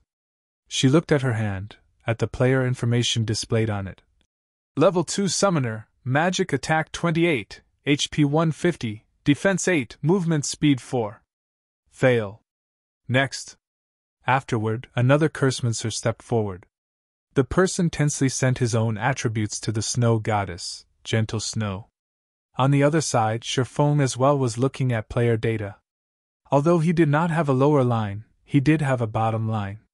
The equipment and levels of these level 1 players were much worse than the level 2 players that Gentle Snow's party were recruiting. However, they were still players. As long as they did not simply add their 8 free attribute points early on, the chance of clearing the Deathly Forest with a 6-man party was very high. As for those shield warriors and guardian knights who solely added strength or weapons job but did not add agility, all of them were rejected. Big brother, please party me. Although I am just a level 1 guardian knight, I have a piece of level 0 common equipment. Also, all 8 of my attribute points are still available. I can completely add them based on your requirements. A youth named Kola pleaded, his eyes filled with expectations. Feng was slightly surprised. A guardian knight that did not add any attribute points could actually reach level 1. It was a masterpiece. It had to be known that guardian knights had very low attack, making the killing of monsters difficult. Normally, they would party up to kill monsters. To increase grinding efficiency, they would add a few points of strength. Otherwise, leveling up would be too slow. Guardian Knight Kola? Kola! Kola! When Feng looked at Kola's face, and also his tall and muscular body, he felt that it was somewhat familiar. Suddenly, he entered into deep thought. His memory seemed to have such a person in it. That's right. It's Tyrant Bear. Feng managed to remember it. Tyrant Bear's name was Kola. Tyrant Bear was the core MT of the first-rate guild, Brilliant Stars. During the early periods of God's domain, Tyrant Bear was constantly unsuccessful. He was even kicked out by third-rate guild, Heaven's Crown. After entering Brilliant Stars, Kola suddenly started to shine. He turned from being a normal party's MT into the core elite party's MT in the guild. He was ranked 15th on the Guardian Knight leaderboard of Starmoon Kingdom. Kola was known for both being able to attack and defend. Feng had never thought that the Tyrant Bear would run up to him on his own. Kola was such a shy person, as well. It was totally different from the Tyrant Bear of 10 years later. Suddenly, Feng had an idea. Currently, The Tyrant Bear had yet to join Heaven's Crown, not to mention Brilliant Stars. If Feng could poach Cola over and turn Cola into his own MT, then wouldn't dungeon diving in the future be a lot easier? Big brother, I guarantee that I will absolutely listen to your commands when inside the dungeon. Please consider it over. Cola's tone carried hints of begging. Feng had nearly let loose a laugh. The great Tyrant Bear would actually speak in such whispered tones just for a position in the dungeon. However, Feng still held it in. The level 1 players that had come here all held hopes of getting lucky. The other parties that entered the Deathly Forest with level 2 players were already no good, not to mention level 1 players like them. If they could enter once into the Deathly Forest, and fortunately obtain 1 or 2 pieces of equipment, then it would be of great help to their future development. At that time, entering into a large guild would become much easier. Alright, I can add you in. Feng's face turned grave as he said. However, you should know that bringing a level 1 noob like you into the Deathly Forest isn't easy. I can't just carry you through the Deathly Forest, and then after you get equipment, you join some other elite parties. Wouldn't I just be striving for nothing? When Feng finished his speech, quite a few level 1 players had suddenly sent over looks of disdain. Weren't you also a level 1 noob? However, Feng did not care about what these people felt. He continued saying, I wish to form a stable party. Even if we need members, it would be with stability as the priority. If you wish to enter the dungeon, you need to be prepared for the long term. When I call you for dungeon diving, you must come. You cannot reject because you have some other matters. So, what will be your choice? When the other players heard Feng saying so, they suddenly turned quiet. Feng's intentions were very clear. If you wish to enter the party, then you won't be able to join other parties in the future, not to mention joining a guild. Everybody knew that entering a guild was the best method to increase your own strength quickly. Currently, they did not have the qualifications to join any of those guilds. So, they were here to try their luck, hoping to obtain 1 or 2 pieces of equipment.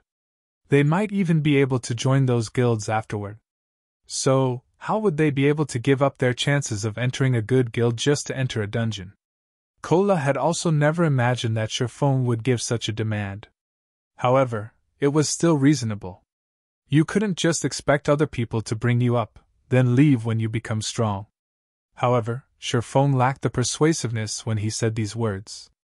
At this moment, Blackie stood out and furiously said, Just looking at you noobs, there is nobody that would want you down in the dungeon. And you still wish to join a guild in the future and enjoy their benefits? Are you thinking yourselves as experts, or are you taking us for idiots? Cola thought what Blackie, the expert, had said made sense. Even a level 2 expert with 3 pieces of bronze equipment was in this party, whereas Cola himself was just a novice noob. So, what right did he have to complain? Many thanks for Big Brother Expert's pointers. Little Brother will definitely strive to fulfill his own role. Cola continuously thanked Blackie.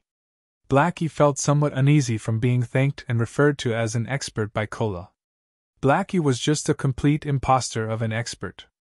However, being called such by someone made Blackie want to become an expert in God's domain even more. Blackie, beautifully done! Feng stretched out a thumbs up, quietly praising Blackie. Feng never imagined Blackie would tame the Tyrant Bear just like that. The Tyrant Bear had also called Blackie a big brother with a face full of respect. Blackie suddenly became confused. He did not understand what he had done that was worth being praised by Feng. However, he was still very happy. At least he had done something for Feng, although he didn't know what he had done exactly. Over 10 minutes later, Feng finally gathered 6 players. They could start dungeon diving now. Chapter 24 Hell's Roar. Chapter 24 Hell's Roar. Although Feng's party was gathered, the observing level 2 players had started laughing. They were not laughing because all the players Feng had invited were level 1. Instead, the jobs that were in the party were just too exotic. They couldn't help but laugh out loud. This noob really is something, and even I am starting to admire him. They're simply a suicide party. I really pity that expert for actually bringing along such an exotic player. The expert had even agreed to let him be the party's leader. The queued-up level 2 players started a debate, and there were quite a few players who were holding their stomachs while laughing loudly. He is just playing to the gallery. Zhao Yueru wrinkled her brows slightly. She turned her head away after taking a look at Feng, her heart slightly discomfort. Before, she would be the focus of everyone wherever she went. Today, however, everyone's attention was on an inconspicuous noob like Feng. Although everyone was jeering at him, he was still their focal point. All right, Yueru, we should hurry and gather enough people. If we waste any more time, we will be left behind by the frontline players. Although Gentle Snow felt that Feng seemed to be an expert regarding levels, methods of recruiting people and such, he was just too far from being referred to as an expert. As for the notion of inviting Feng into their guild, it was no longer present now. Their Ouroboros only accepted experts. Got it. Zhao Yueru turned towards the swordsman in front of her. With a little vengeance, she directly said, Data's not bad, but too bad we don't want a swordsman. The swordsman suddenly became spiritless. How could he not see what Zhao Yueru meant? Subsequently, he turned his head and glared at the distant Feng, his eyes filled with hatred. Meanwhile, Feng, who knew nothing about what has happened, was currently activating the Deathly Forest. System, please select activation difficulty. System, normal, hard, hell. Feng chose hell without hesitation. Suddenly, the transfer passage in front of the Deathly Forest changed. It changed from a silvery gray color to pitch black. At the same time, a flickering skull that had its mouth wide open could vaguely be seen. Meanwhile, the party members of Feng's party all received a notification. System, you have chosen Hell mode of Deathly Forest. Death penalty increased by 100%. Suddenly, the faces of the members of the party turned deathly white. Death penalty increased by 100%. Doesn't that mean if they died within the dungeon, they would lose 20% of their EXP? 1 or 2 hours of effort were required to make up for that EXP. Brother Feng, you chose the wrong one. Aren't we going down the normal dungeon? Blackie hurriedly walked over and whispered a reminder. Nothing's wrong. It's Hell mode. What would I be doing here if it isn't to dive Hell mode? Feng snapped. The drop rate for forging designs was extremely low. If it was normal mode, then Werewolf Felt's drop rate was only 1%. Hard mode had 5% and Hell mode had 30%. Although normal mode could be cleared without limit every day, who would have so much time to do so?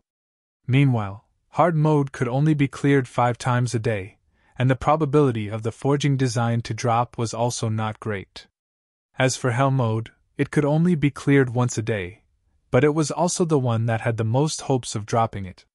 Feng! Brother Feng, what are you saying? Hell mode of the Deathly Forest. Just look at our party. It is problematic to even clear normal mode, not to mention Hell mode. Blackie panicked.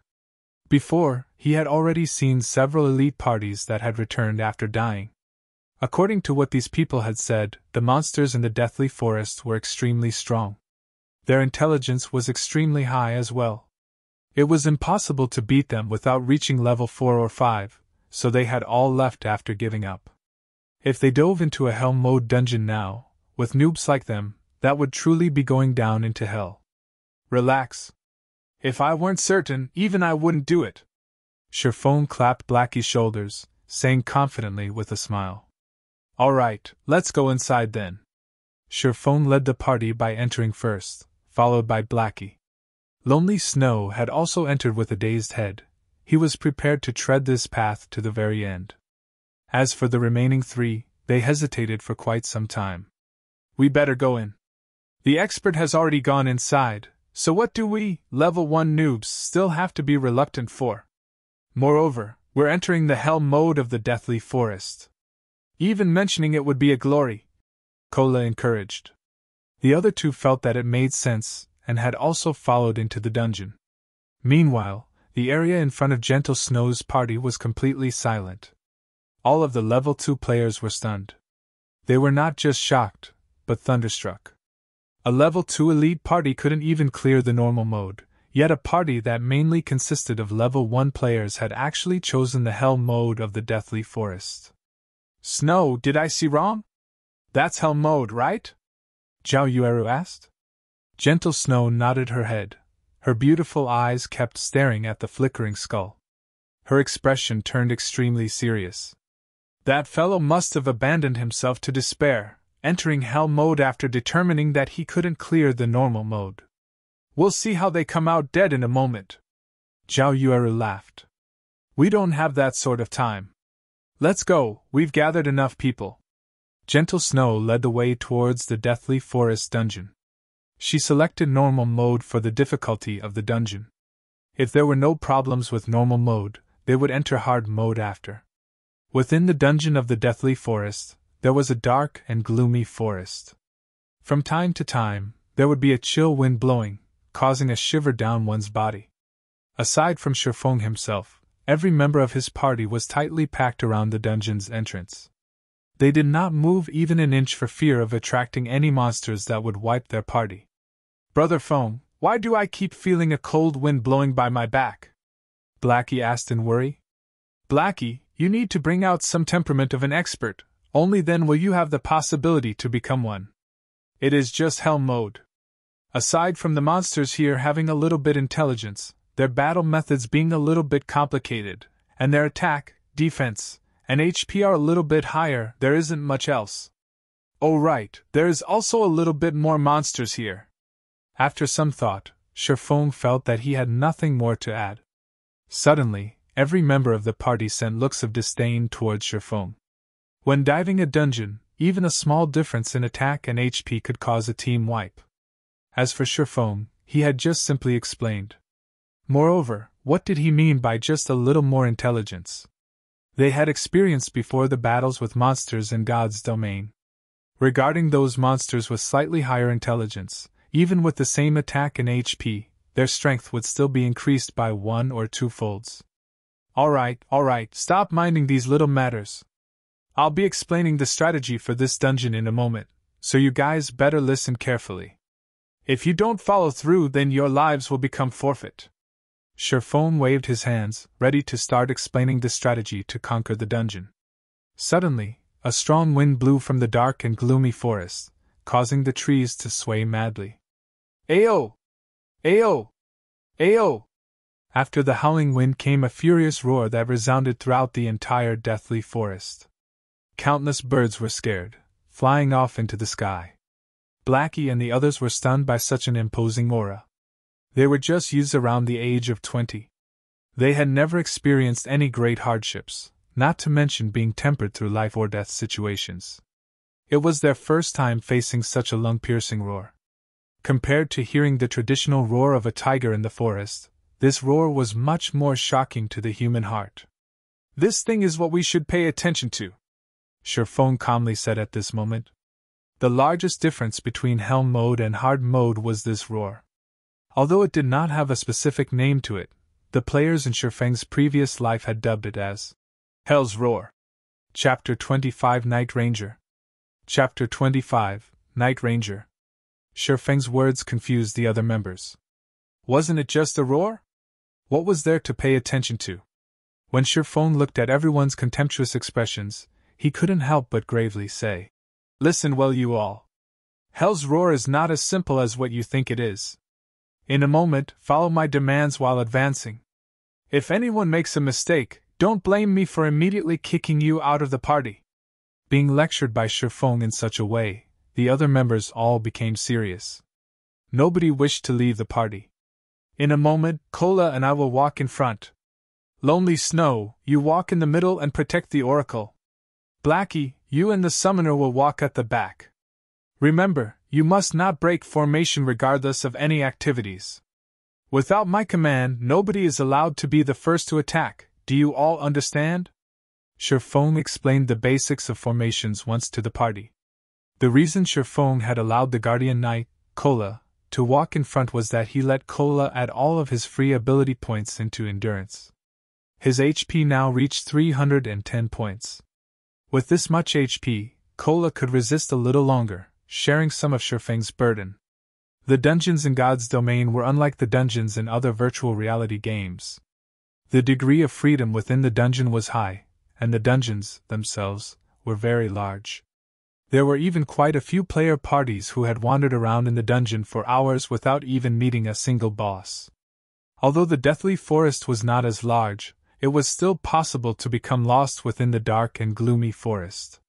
If someone were to become lost, Feng only wished to say he. The scary part of the Deathly Forest was that players could become lost once they entered the forest.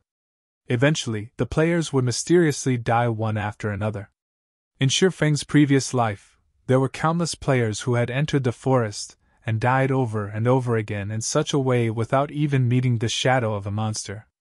If they had good luck and met a monster, then the result was a party wipe. Only after many experts of guilds had done it, did everyone finally understand the dreadfulness of the Deathly Forest. They had acknowledged that it was a terrifying dungeon that was impossible to clear without reaching level 5. When Shadow Guild reached level 5, they had organized hundreds of players to scout out the paths in the Deathly Forest.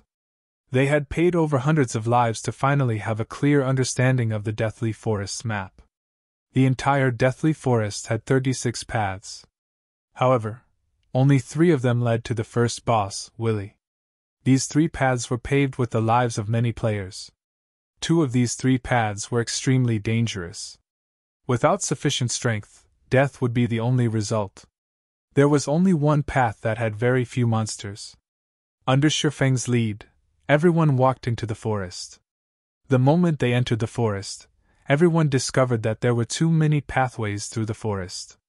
They did not know which one was the right path. However, Feng had chosen one without hesitation. Everyone else closely followed him while being cautious of their surroundings. After walking for about 5 minutes, they met their first monster. Suddenly, everybody started to become tense. "Don't act on impulse.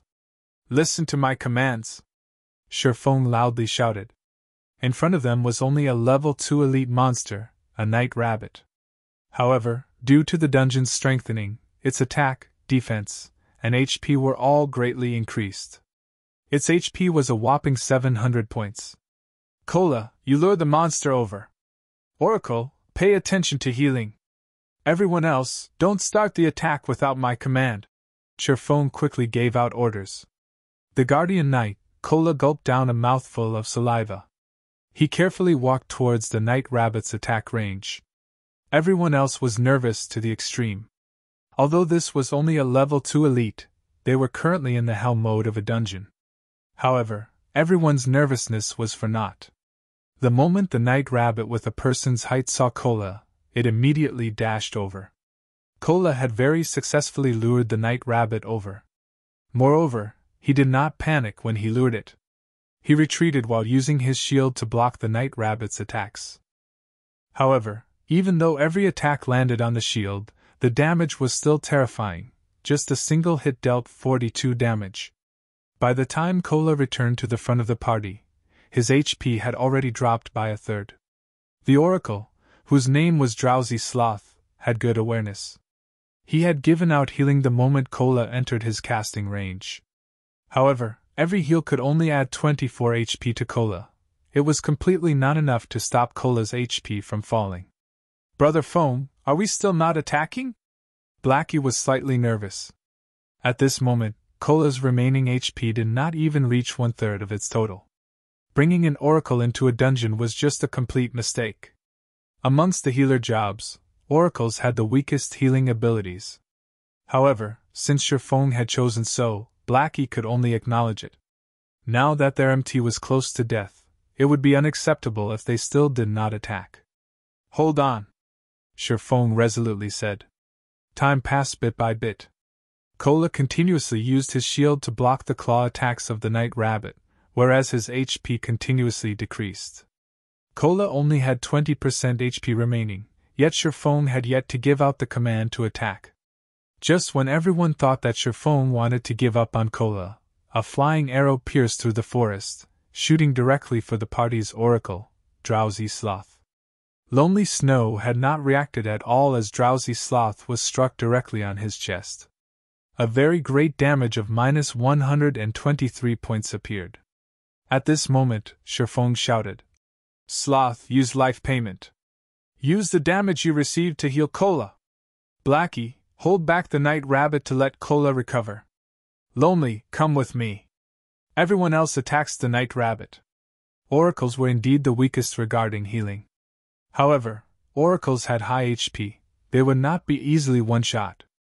Also, Oracles had two skills when they first start out. One was Life Prayer, while the other was Life Payment.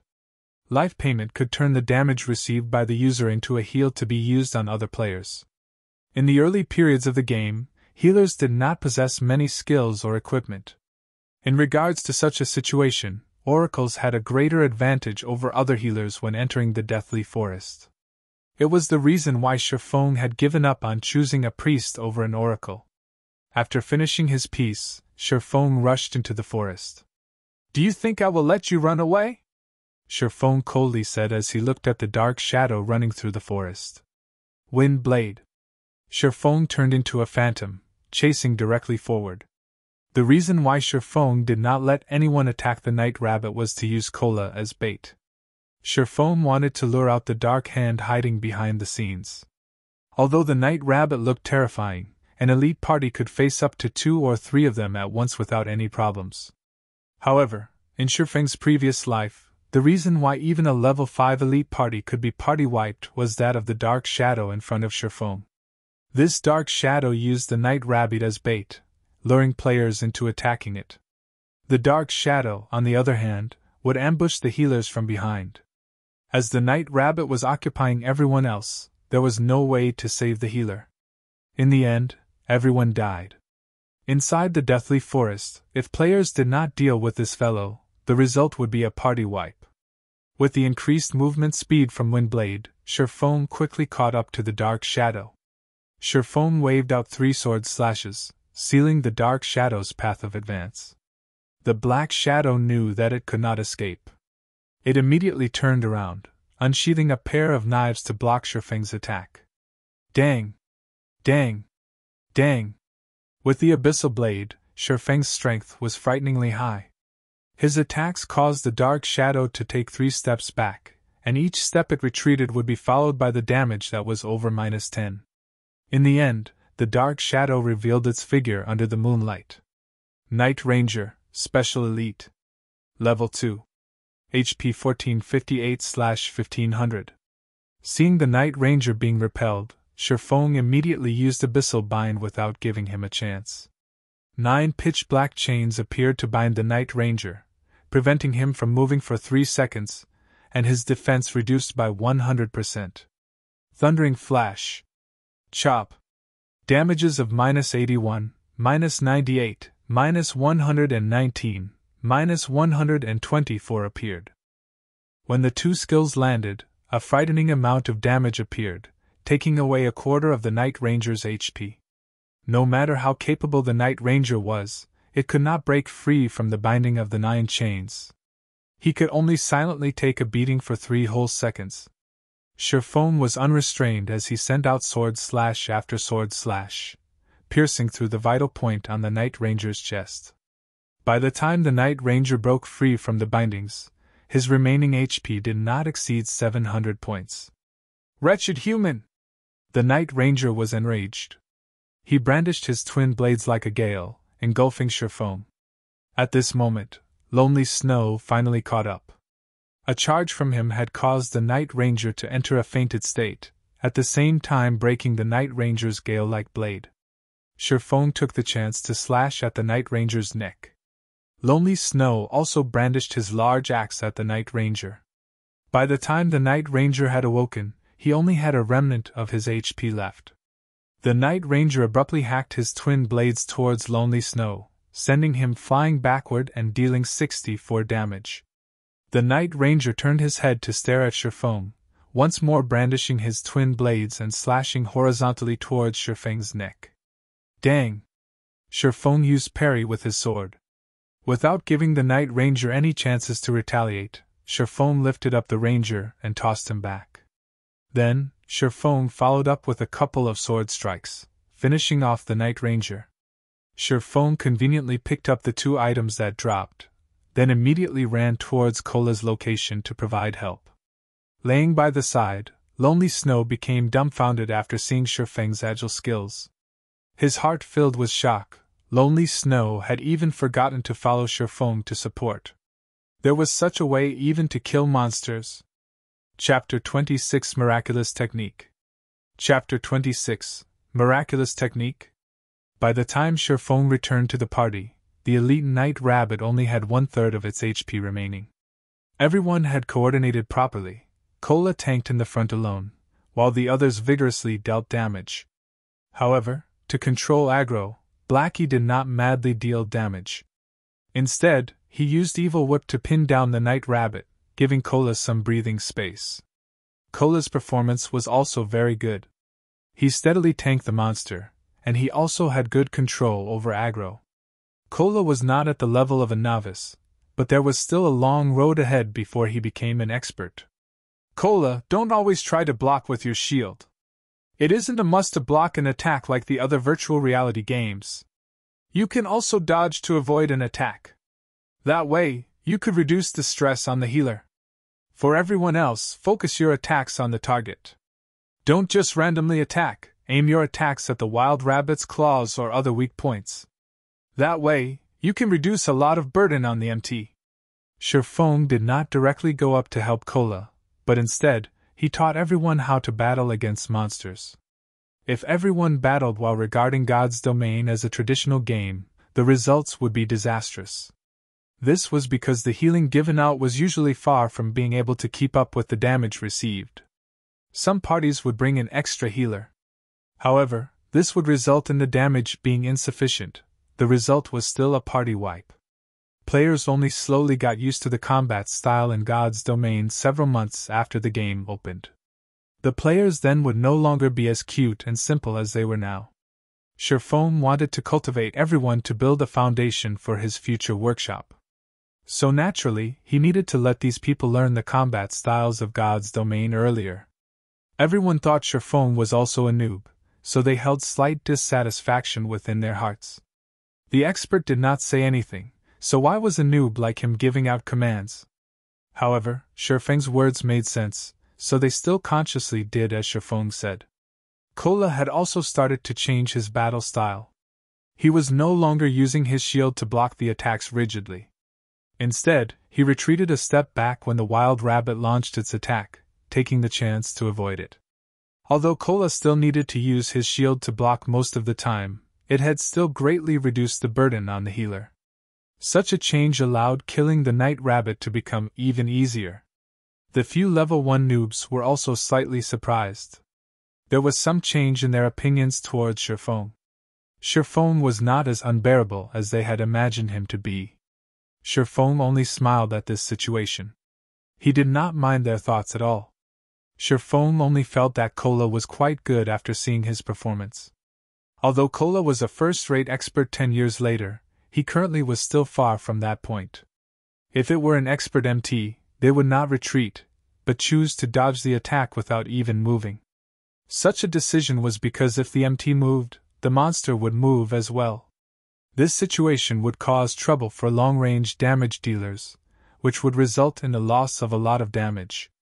However, such a technique required a bounty of experience in battle and a body with dexterous reactions.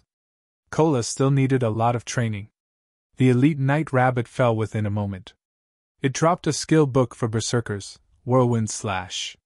It also dropped 3 coppers. Everyone could not help but be amazed by the drop rate of Hell Mode. A skill book dropped just after they killed an elite monster. If they killed over 10 elite monsters, then wouldn't they be able to obtain over 10 skill books?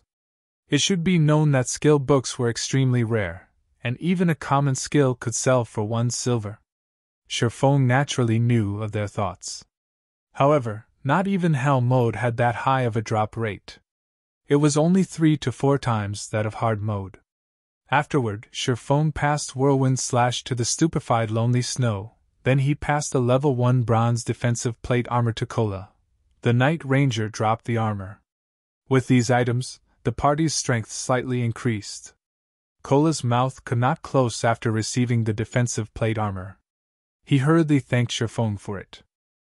With this bronze plate armor, not only had Kola's defense increased by 14 points, but his HP had also become 350 points. Aside from Feng and Blackie, everyone else on the scene was filled with envy. Bronze equipment was the identification of an expert.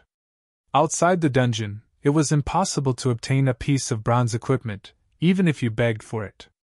And this piece of equipment was obtained by Feng alone. Yet Feng gave it to Kola without hesitation. Everyone's opinion towards Feng changed quite a bit. They felt such a party leader was not bad at all.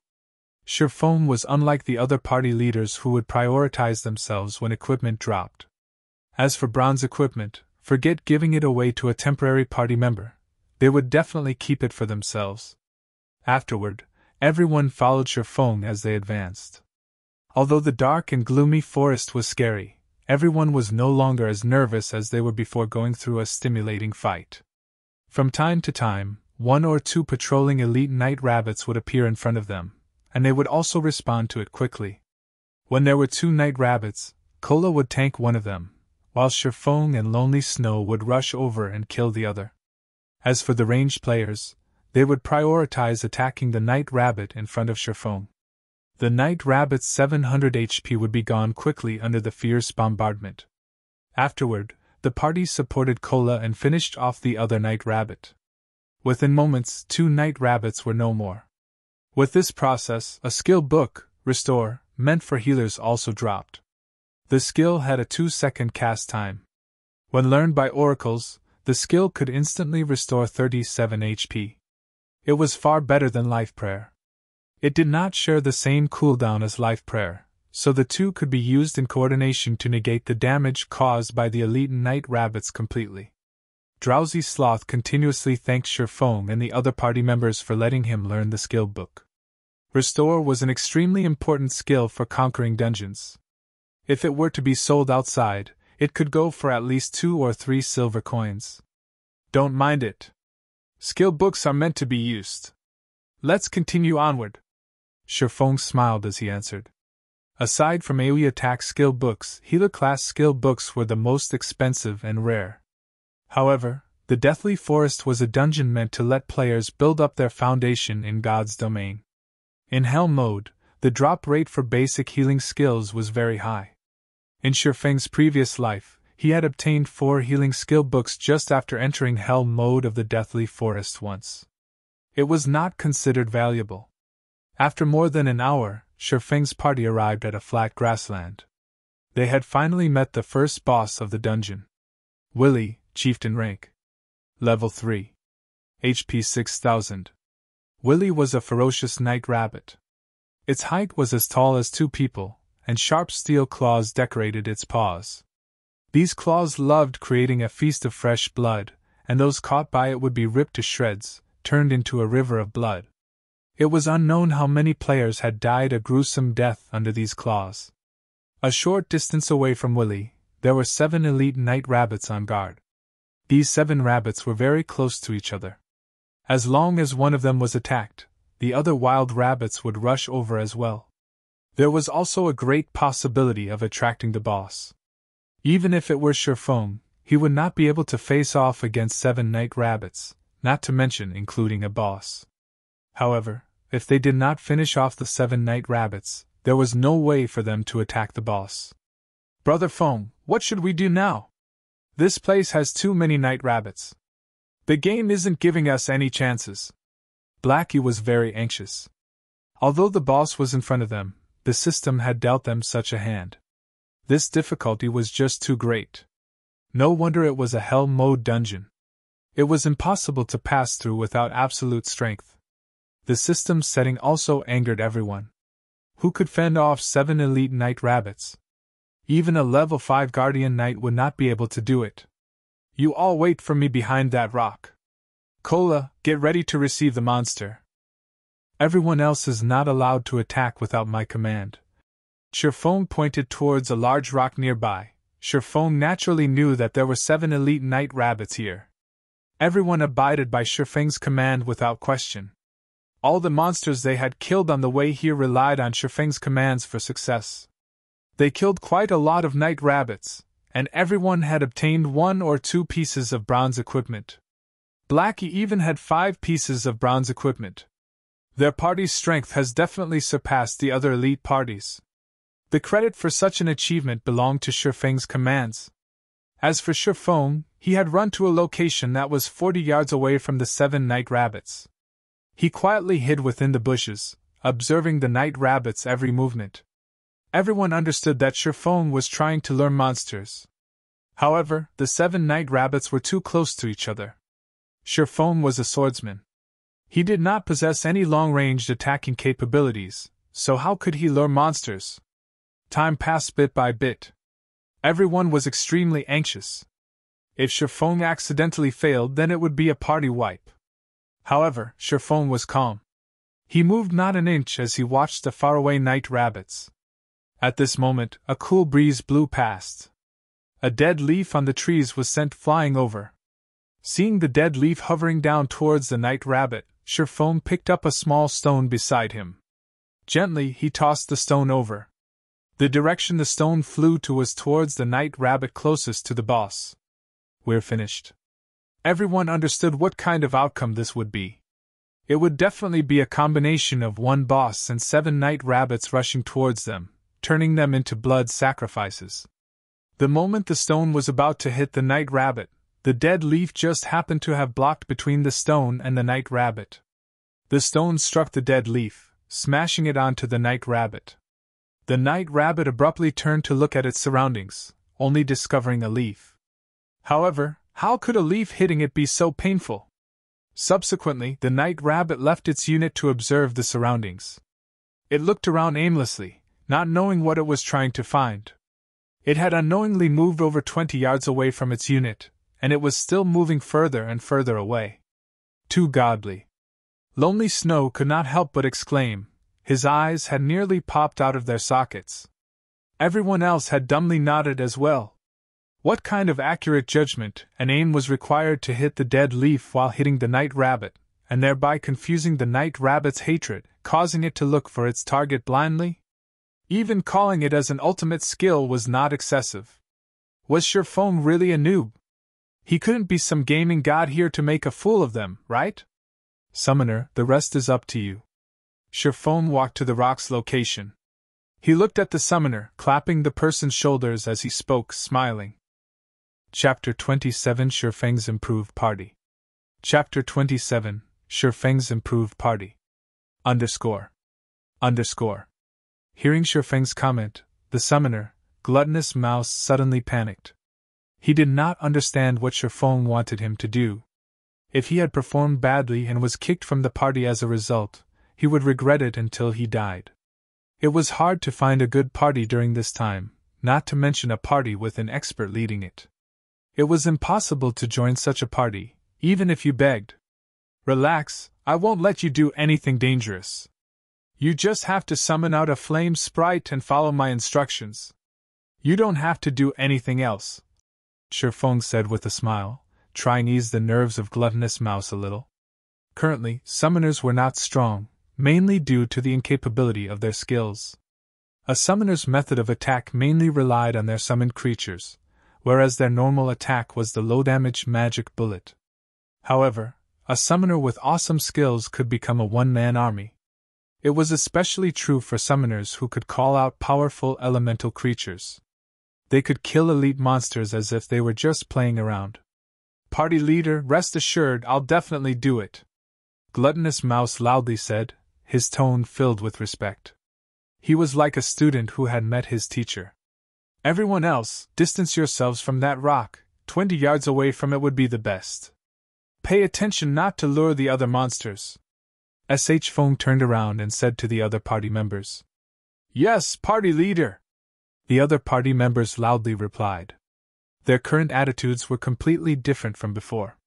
Feng was slightly shocked by everyone's performance. Why was each and every one of them so obedient all of a sudden?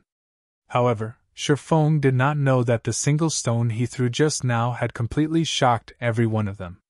They were filled with admiration towards Feng's stone-throwing technique. Such skill and accuracy were definitely not something a normal person could do. Professional players might not even be able to do so. Worshipping the strong was a common sight within a game. These level 1 noobs were no exception. At this moment, the gaze everyone used to look at Feng was completely different. Before, they merely felt that Feng was a good commander. Now, however, Feng was a strong person they worshipped.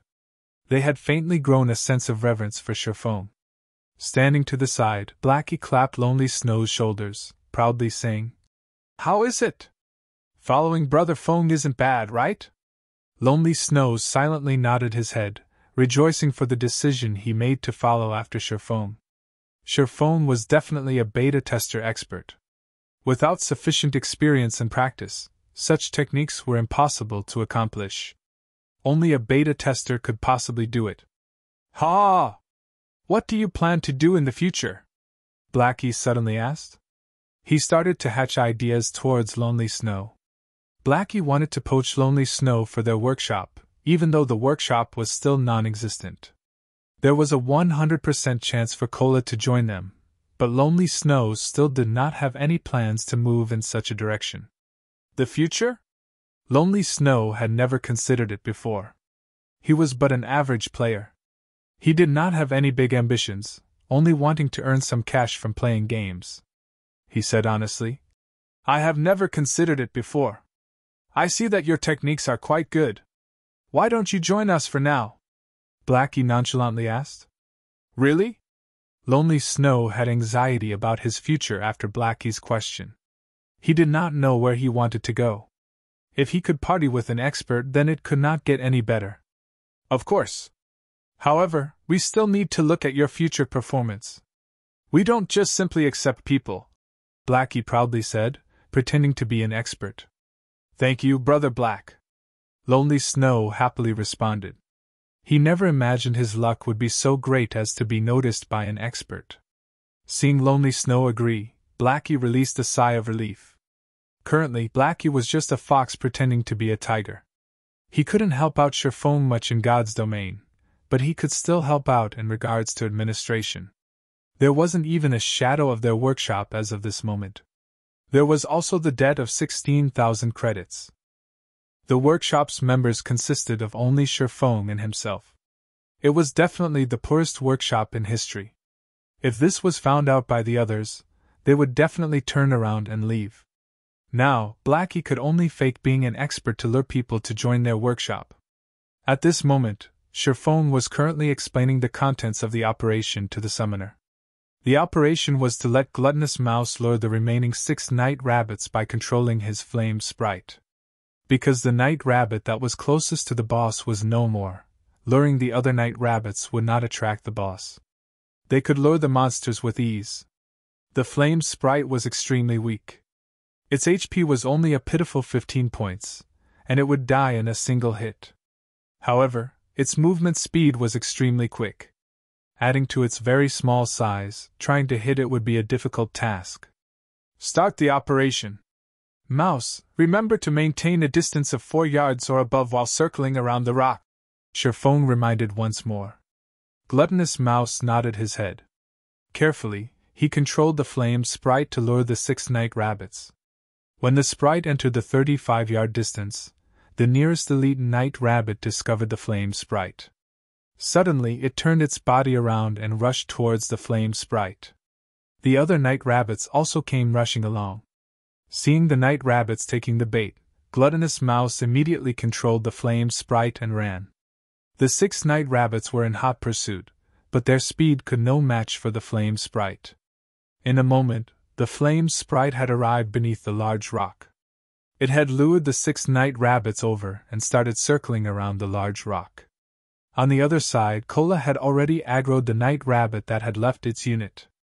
Cola interchanged between blocking and using his new skill, Divine Strike. With the effects of 2 pieces of bronze equipment, a single hit from Divine Strike had caused 26 damage. It was a lot higher compared to the 11 or 12 damage caused by a normal strike. Also, Divine Strike had the added effect of increasing hatred. It became a lot easier to hold aggro. The night rabbit was killed off within a short moment. It dropped 5 coppers. After this night rabbit was handled, only the 6 night rabbits that kept on circling around the large rock remained. I'll lure the night rabbits. Kola, pay attention to pull the monster. Feng picked up another small stone, throwing it at the night rabbit that ran at the rear. The night rabbit rubbed its cranium after being struck on it. The rabbit turned around, discovering Feng that had thrown the stone. The night rabbit suddenly became enraged. It madly hopped towards Feng with its powerful legs. As for the other night rabbits, they were still excitedly chasing after the flame sprite, failing to notice the disappearance of one of their companions. Receive it! Seeing the night rabbit was only 20 yards away from the party, Feng commanded. Kola rushed ahead, sending a divine strike towards the night rabbit's head. The night rabbit's target immediately changed, extending its claws towards Kola's cranium. However, Kola had reacted quickly by dodging his body sideways. After avoiding the attack, Kola continued by using punishment. The skill had once more strengthened the night rabbit's hatred to Kola. Everyone, focus fire! Feng inwardly applauded after seeing Kola's performance. He had never imagined Kola's ability to learn would be this great. He had already found out about the night rabbit's attack patterns after going through slightly more than 10 battles. No wonder he was the core MT of a first-rate guild 10 years later. His potential was limitless. The night rabbit in front of Kola had fallen within 20 seconds. It had even dropped a skill book for Swordsman, Double Chop. Feng immediately learned it without reservations. Double Chop, action type. Requires sword. Level 1. Proficiency 0/300. Rapidly deals damage twice. Every slash of the sword deals 120% plus 15 damage, also increasing bleeding effect by 20%. Duration of 10 seconds. Stacks up to a maximum of 5 times. Cooldown, 8 seconds. This skill book had greatly increased Feng's explosive power. As for the problem of getting used to the skill, it was non-existent for Feng. After playing for 10 years as a swordsman, the skills belonging to the job were deeply ingrained into Feng's bones. As long as Feng got a hold of these skills, he would be able to utilize them to their greatest potential. Feng had also lured the remaining 5 night rabbits over, one after another. The party had killed the rabbits one by one, and following the death of the final night rabbit, a golden glow appeared around Feng's body. He had risen to level 2. At the same time, the 5 night rabbits had contributed to the party a piece of bronze plate armor for Guardian Knights. The equipment increased Kola's HP to 390 points and his defense to 56. It had also increased Kola's ability to resist against the night rabbit chieftain, Willy. Chapter 28 The Horror of Hell Mode. Chapter 28 The Horror of Hell Mode. With the elites that were on guard all dead, only the boss, Willy, remained on the open field. At this moment, Willy was laying on the ground, sleeping. It would scratch its back from time to time, completely unaware of its missing henchman. Everyone, recover for now. I'll explain the method to raid Willy in a moment. Feng wanted everyone to ease up first. It would not be easy to face off against Willy. The fight would require a high degree of concentration because a single mistake would cause everyone to be buried together. Hearing Feng's command, everyone sat down to recuperate. They ate and drank to recover to their best state. Feng's finger waved and shook as he called up his attribute panel. He had recently reached level 2. Because of the Abyssal Blade, the free attribute points he obtained exceeded other players by 2 points. The choices he could make with his points were slightly more than the average player. In the initial period, it was sufficient for the agility of a swordsman to reach 20 points. However, Feng increased his to 30 points. There would be a fixed increase in the body's flexibility when agility reached 30 points. Subsequently, Feng added the remaining points into strength, making it easier for him to contend with the boss. Feng had on him 3 pieces of bronze equipment, a mysterious iron ring, and a magic weapon. Feng attributes had basically reached his own requirements. Character, Feng Human. Affiliated Kingdom, Star Moon. Title, Might of 8,000. Job Swordsman. Level 2, HP 520/520. Attack power 88. Defense power 39. Attack speed 15. Movement speed 13. Attributes: Strength 32, Agility 30, Endurance 24, Intelligence 13, Vitality 13. With such attributes, Feng had more confidence dealing with Willy. Seeing everyone recovered, Feng started explaining. Willy has 2 skills. One of them is Killing Feast. When used, Willy will ignore hatred and randomly attack the nearest players. Blackie and Lonely, you two have to pay attention to your positioning. The other skill is Death Claws. Cola, you have to distance yourself from the boss before this skill is used. Lonely Snow, pay attention to interrupt the boss. I'll remind you when the time comes. Another point to take note of, Willy is very smart, so don't keep on using the same attack pattern. Alright, that's it. If we're ready, then start the battle, Cola. Brother Feng, is there nothing else we have to pay attention to? Blackie walked up to Feng's side, whispering. This place was the hell mode of the Deathly Forest. Not everyone was an expert, as well. However, Feng's explanation was so simple that it made them feel conquering this boss was very easy. However, there were so many elite parties which had died inside normal mode, so how could hell mode be so simple? Party leader, are there no details we need to pay attention to? Everyone was very worried. They all held anticipation in their gazes as they looked towards Feng, hoping that he would speak more about the finer details.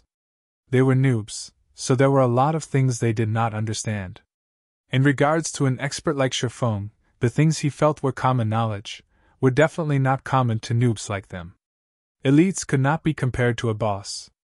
The other elite parties must have definitely died at the hands of the boss. Although their equipment was better than in elite parties, they were still level 1 noobs. They clearly knew their own worth. You guys worry too much. Relax.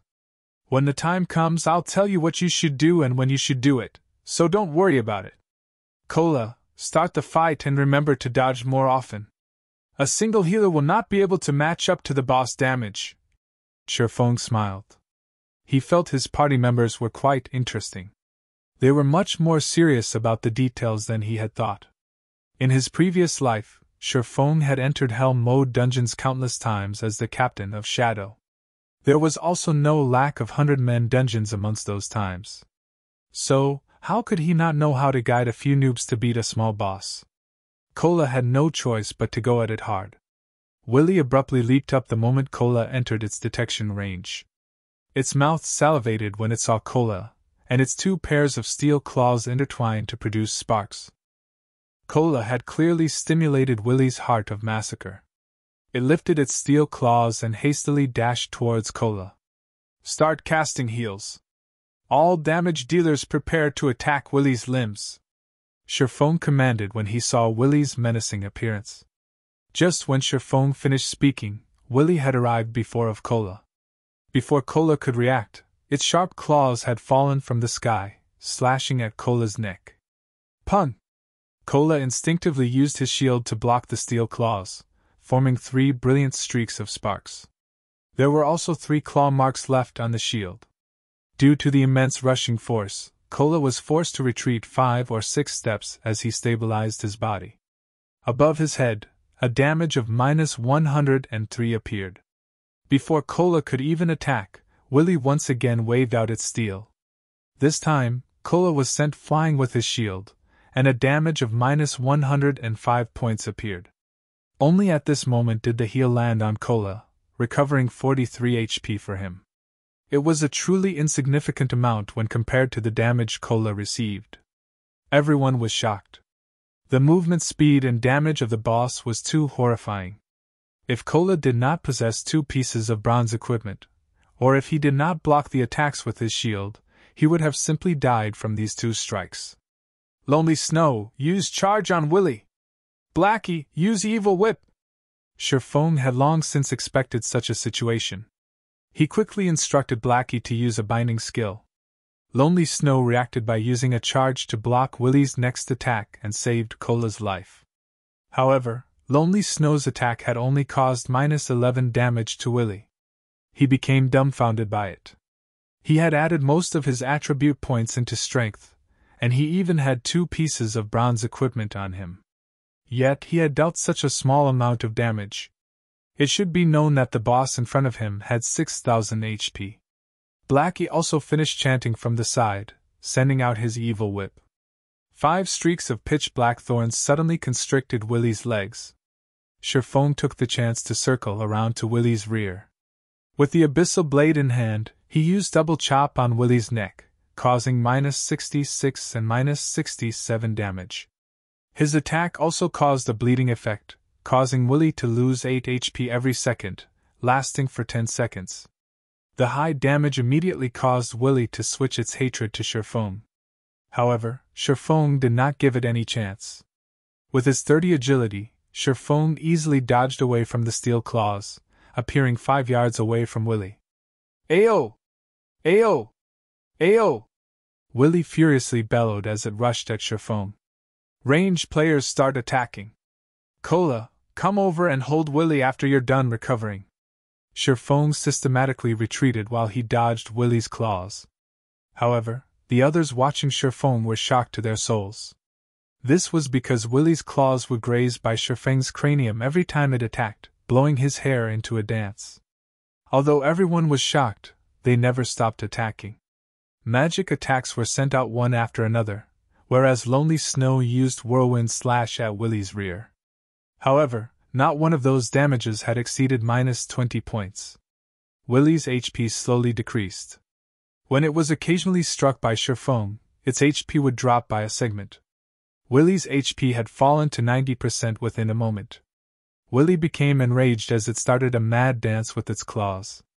It used Death Claws, greatly increasing its attack speed. Feng was nearly hit by it. Fortunately, however, he had used the Abyssal Blade to block the attack, only receiving -130 damage from it. At this moment, the Cola rushed up with his full HP. He used a Divine Strike on Willy's head, followed by a punishment. Willy's hatred only switched to Cola after a series of attacks. The switching of hatred had also interrupted Willy's Death Claws, returning Willy to its normal state. Seeing Willy change targets, Feng waved out a thundering flash. 3 streaks of thunder passed through Willy's body, dealing -92, -116, -137 damage. At the same time, giving Willy a damage amplification effect, it allowed others to deal 20% more damage to it. The fight with Willy became much easier. Blackie was sending out dark arrows without stopping, each dealing over -50 damage. Whereas the others only managed to deal over -20 damage to Willy. Being given a painful beating, Willy was just about to turn around and attack Feng when Cola used both Divine Strike and Punishment once more. Willy's hatred was quickly pulled back to Cola. When Willy turned back to Cola, Feng used a chop on it. In such a way, Feng and Cola took turns aggroing Willy, causing it unable to attack any players. Willy's HP continuously dropped until it was 30%.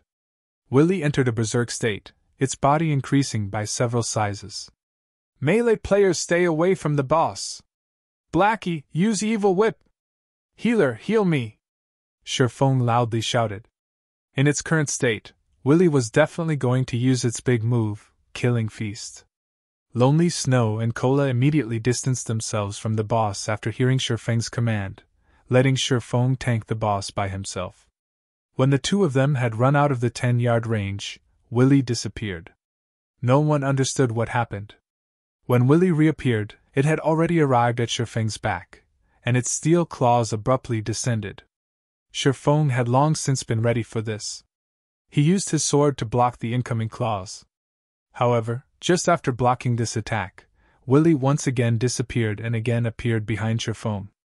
Within 2 short seconds, Willy had attacked Feng's back 7 times. Fortunately, Feng's agility had reached 30 points. It was barely enough to match up to Willy's speed. However, every attack Feng blocked would still take away a significant amount of HP from him. The heals he received also continuously recovered his HP. -96, -97, plus 46, minus 96, minus 97, plus 48, plus 32, minus 96, minus 97, plus 46. If Feng did not possess 520 HP and blocked every claw that came at him, Feng would have died from Willy's killing feast with 100% certainty. At this moment, Feng's remaining HP did not reach 100 points. "Get rid of it!" Feng loudly shouted. After using his big move, Willy would enter a weakened state. It was the perfect chance to kill it. Everyone continuously greeted Willy with their attacks, finally shaving off Willy's remaining 30% HP. It dropped 4 items. Just as everyone was about to let loose their breaths, Feng took a look at everyone's current status. The healer, Drowsy Sloth's remaining MP did not reach 20%, and the other mage's MP did not reach 10%. Feng hurriedly said, "Everyone, sit down and recover immediately." Everyone was confused. Didn't the boss just die? Why must they be in such a hurry? However, everyone still listened to Feng's command to sit down and recover. Before they had even sat down and recuperated with food and drinks for 5 seconds, a violent roar entered everyone's ears. The roar had shaken the entire deathly forest, and following it, a black shadow leaped out from within the forest. The black shadow was a gigantic werewolf. The werewolf looked at Willy's corpse, then looked towards Feng and the others. Its pitch-black eyes suddenly turned crimson red. Just when it wanted to release a roar, Feng dashed towards it with Wind Blade. Immediately, Feng used Abyssal Bind. 9 chains appeared and bound the werewolf and its mouth, preventing it from making a sound. At this moment, everyone finally saw the werewolf's statistics. It had a whopping 2 bars of HP. Werewolf Felt, Lord Rank. Level 3. HP 12,000/12,000. "Crap, why is there a Lord Boss?" Blackie cursed. They had barely rested just after killing a boss, and now there was a lord in front of them. Lords were a rank higher than chieftains. The game was literally trying to kill them. Everyone remember, absolutely do not let Werewolf Felt let out another roar. Feng continuously reminded everyone. However, the others were clearly frightened. Not because of Werewolf Felt's body and HP, but because of that pair of horrifying crimson eyes. They gave off an intimidating feeling to everyone that made it hard to move. Chapter 29 Extraordinary State. Chapter 29 Extraordinary State. In front of the dungeon of the Deathly Forest, the numbers of level 2 players gathering were increasing. There was also an endless stream of players diving down into the dungeon. Because there were a lot of level 2 players, there was quite an amount of players who had set up stalls, peddling to the side. Good quality level 0 common equipment, don't miss it when you pass by. You can only go down the dungeon with good equipment. Equipment is limited, hurry over and buy. Small HP potions instantly heals 90 HP once. A must-have tool for a battle that is worthy of you. God's domain had been open for over 10 hours now. The players here were all level 2 players. After over 10 hours of battling, they had gathered quite a few items. Many level 2 players had intended to sell the items which they had no use for, switching them for something they could use. Such a situation had caused business to flourish at the Deathly Forest. Although the number of players in front of the Deathly Forest continued to increase, the number of parties entering the dungeon kept on decreasing. Only those parties that were unaware would enter the Deathly Forest. However, after those players had been properly nurtured by the Deathly Forest, they suddenly discovered their previous beliefs to be very naive. Hence, they obediently stood in front of the dungeon. They talked about life with other parties while watching new parties enter the dungeon with a smile. They had also investigated reports of the Deathly Forest together with the experienced parties, mutually improving their strategies to conquer the dungeon. Following wave after wave of players entering and dying out of the dungeon, the Deathly Forest had finally become the sore point of every player in Red Leaf Town. Every player who entered the Deathly Forest only had one impression of the dungeon. It was extremely horrifying. Currently, in the resurrection graveyard of the Deathly Forest, 6 streaks of white light flashed into existence. Following which, 6 figures revealed themselves from within. There is just no way to clear this dungeon. Snow, I think we would be better off grinding monsters or doing quests. Just after reviving, Zhao Yueru stamped her delicate feet, her chest heaving up and down. The cuteness of her enraged, yet delicate appearance instantly attracted the attention of a crowd of male players. Gentle Snow shook her head, saying in contemplation, "Our gains inside the Deathly Forest are relatively good, so we can't just easily give up.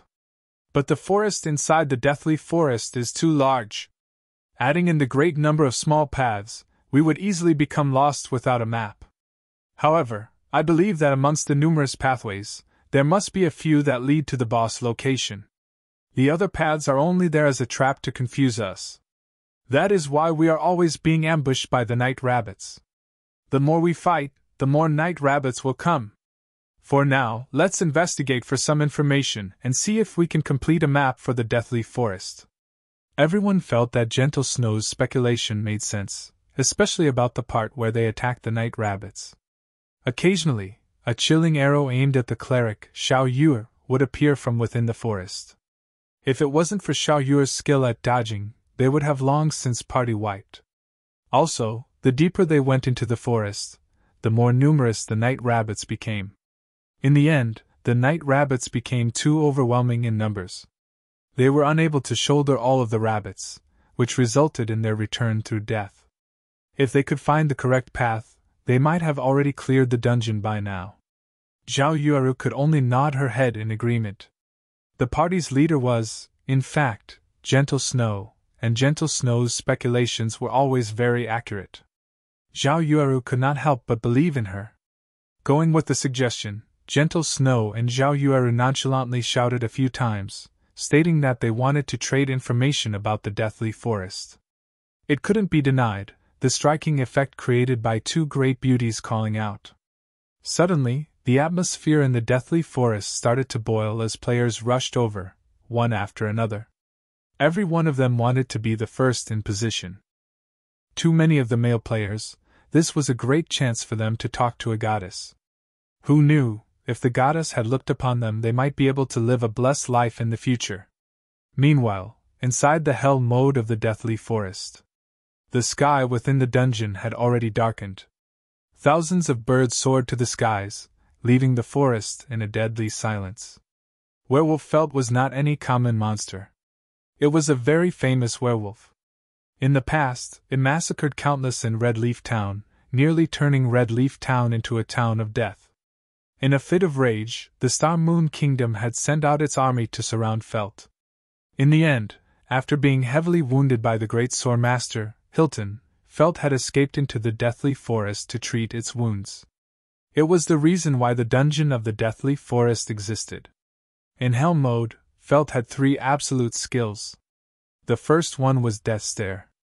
Enemies who Felt stared at would have their attack speed and movement speed greatly reduced.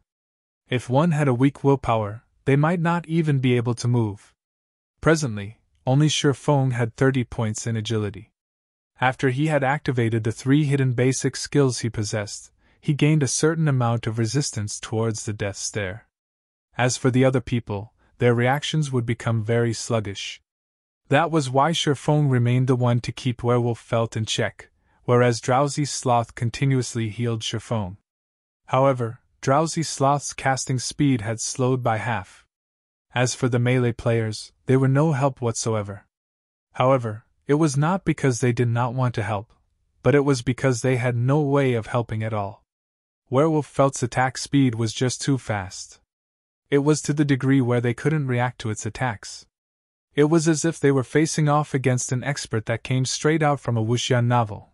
Normal people had no chance to interfere whatsoever. They would only be creating more trouble if they had rushed up to the battle. So, it was still better to just watch from the side. Currently, only the ranged mages dealt damage. However, the damage caused was just too low. Even Blackie's dark arrows were only dealing -24 damage each. "Lonely, interrupt the roar!" Seeing Felt abruptly inhaling, Feng immediately shouted. Lonely Snow had long since prepared for this moment. Immediately, he went forward and used charge, causing Felt to enter a 1-second fainted state. Then, he quickly retreated. Feng took the chance to use Thundering Flash, Double Chop, and Chop. One attack after another landed on Felt's chest. Before Felt could even regain its breath, it had spat out a mouthful of blood. Feng had caused a terrifying -500 damage to it. Within an instant, Felt's HP had fallen to 78%. Everyone watching became dumbfounded.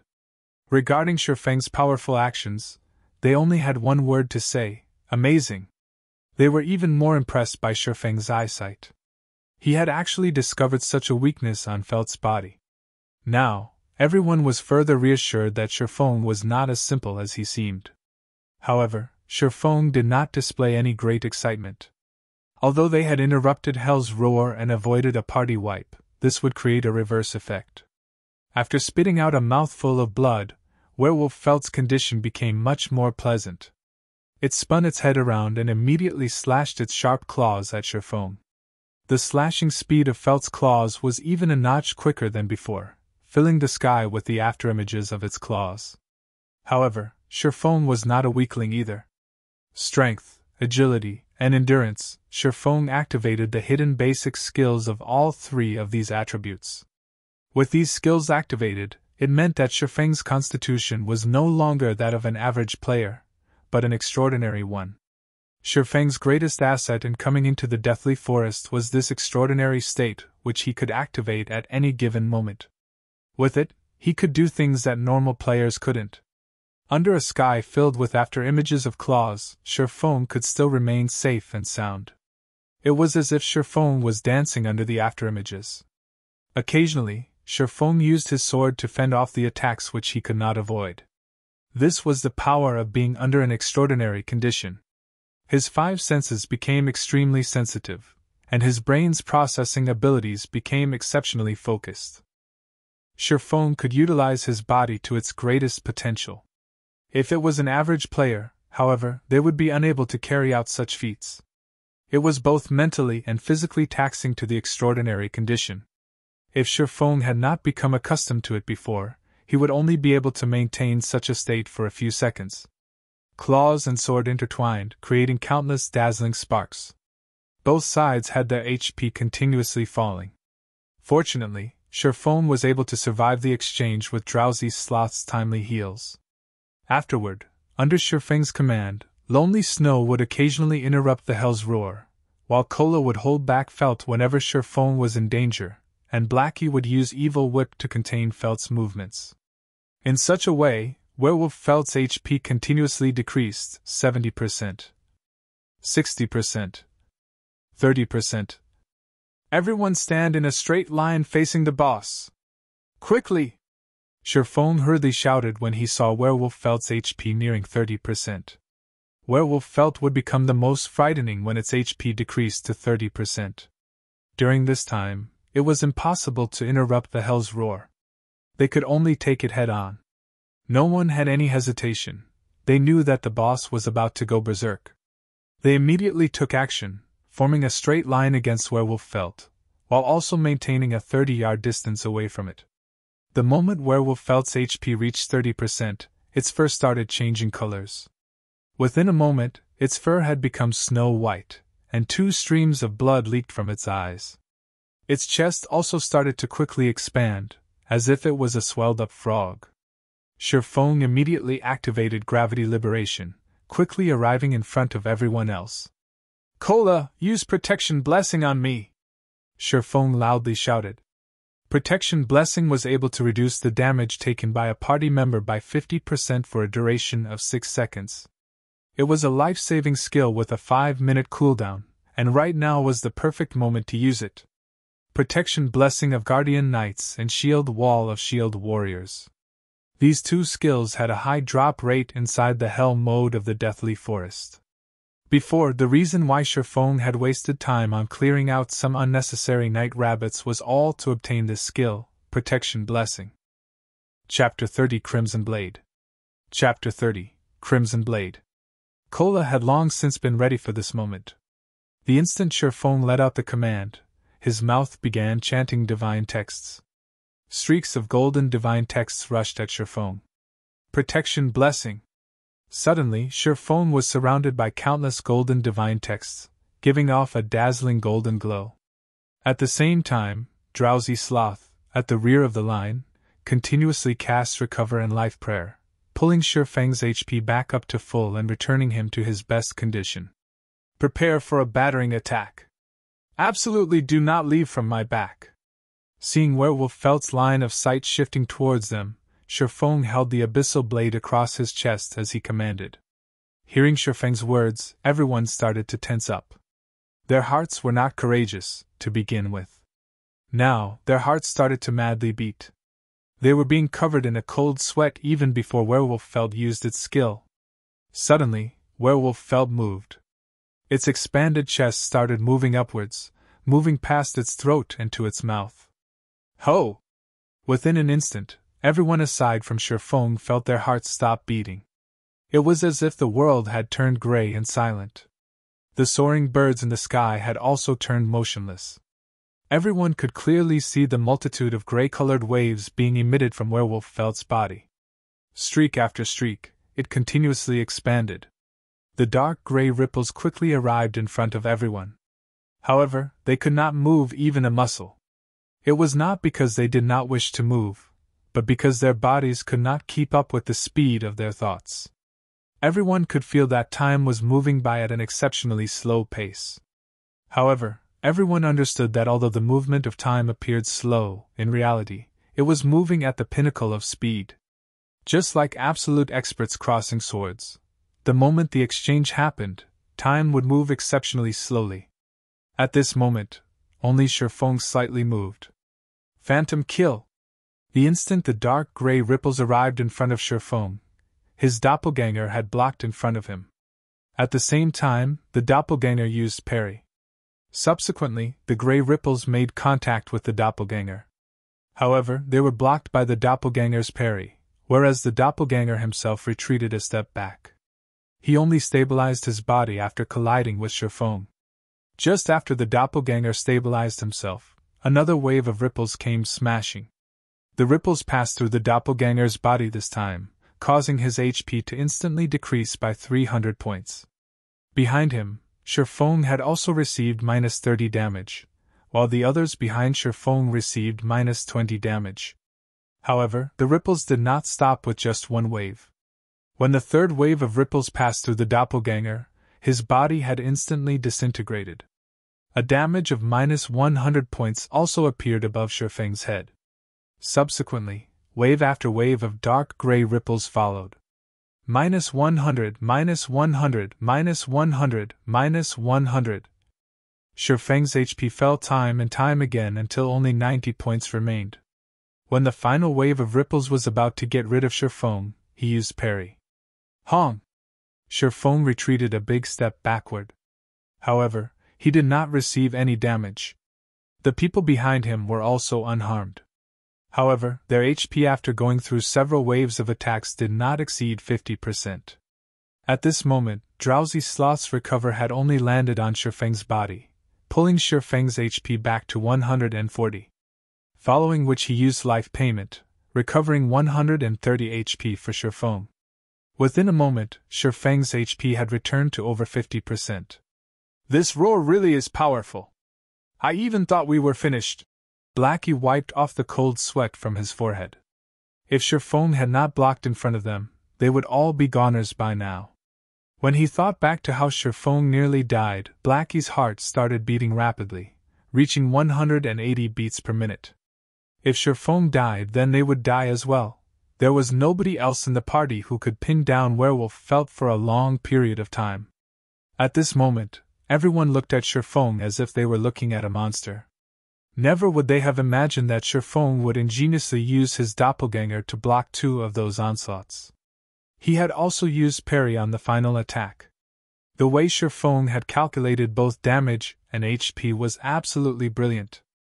Such a technique definitely belonged to the realm of gods. Stop daydreaming, all of you! Quickly attack the boss. It's in a weakened state right now. Feng only shrugged his shoulders at his party's reaction. Such a technique could be done by many experts in a few more years. However, Feng had yet to relax. The thing he had to pay attention to the most right now was the boss. Only he knew how hard it was to deal with Werewolf felt. Wind Blade. With gravity liberation activated, Feng instantly arrived in front of Felt. He tightly gripped the Abyssal blade, continuously sending attacks towards Felt's chest. Thundering Flash. Double Chop. Chop. Damage that exceeded -100 appeared above Werewolf Felt's head, one after another. The other party members were also able to deal damage of over -20 with each attack. Very quickly, they had reduced Werewolf Felt's HP down to 15%. When they saw that Felt was about to die, everyone revealed smiles of excitement. Don't be careless. Blackie, use your evil whip. Lonely Snow, prepare to interrupt with charge. Feng commanded as he dodged Werewolf Felt's attack.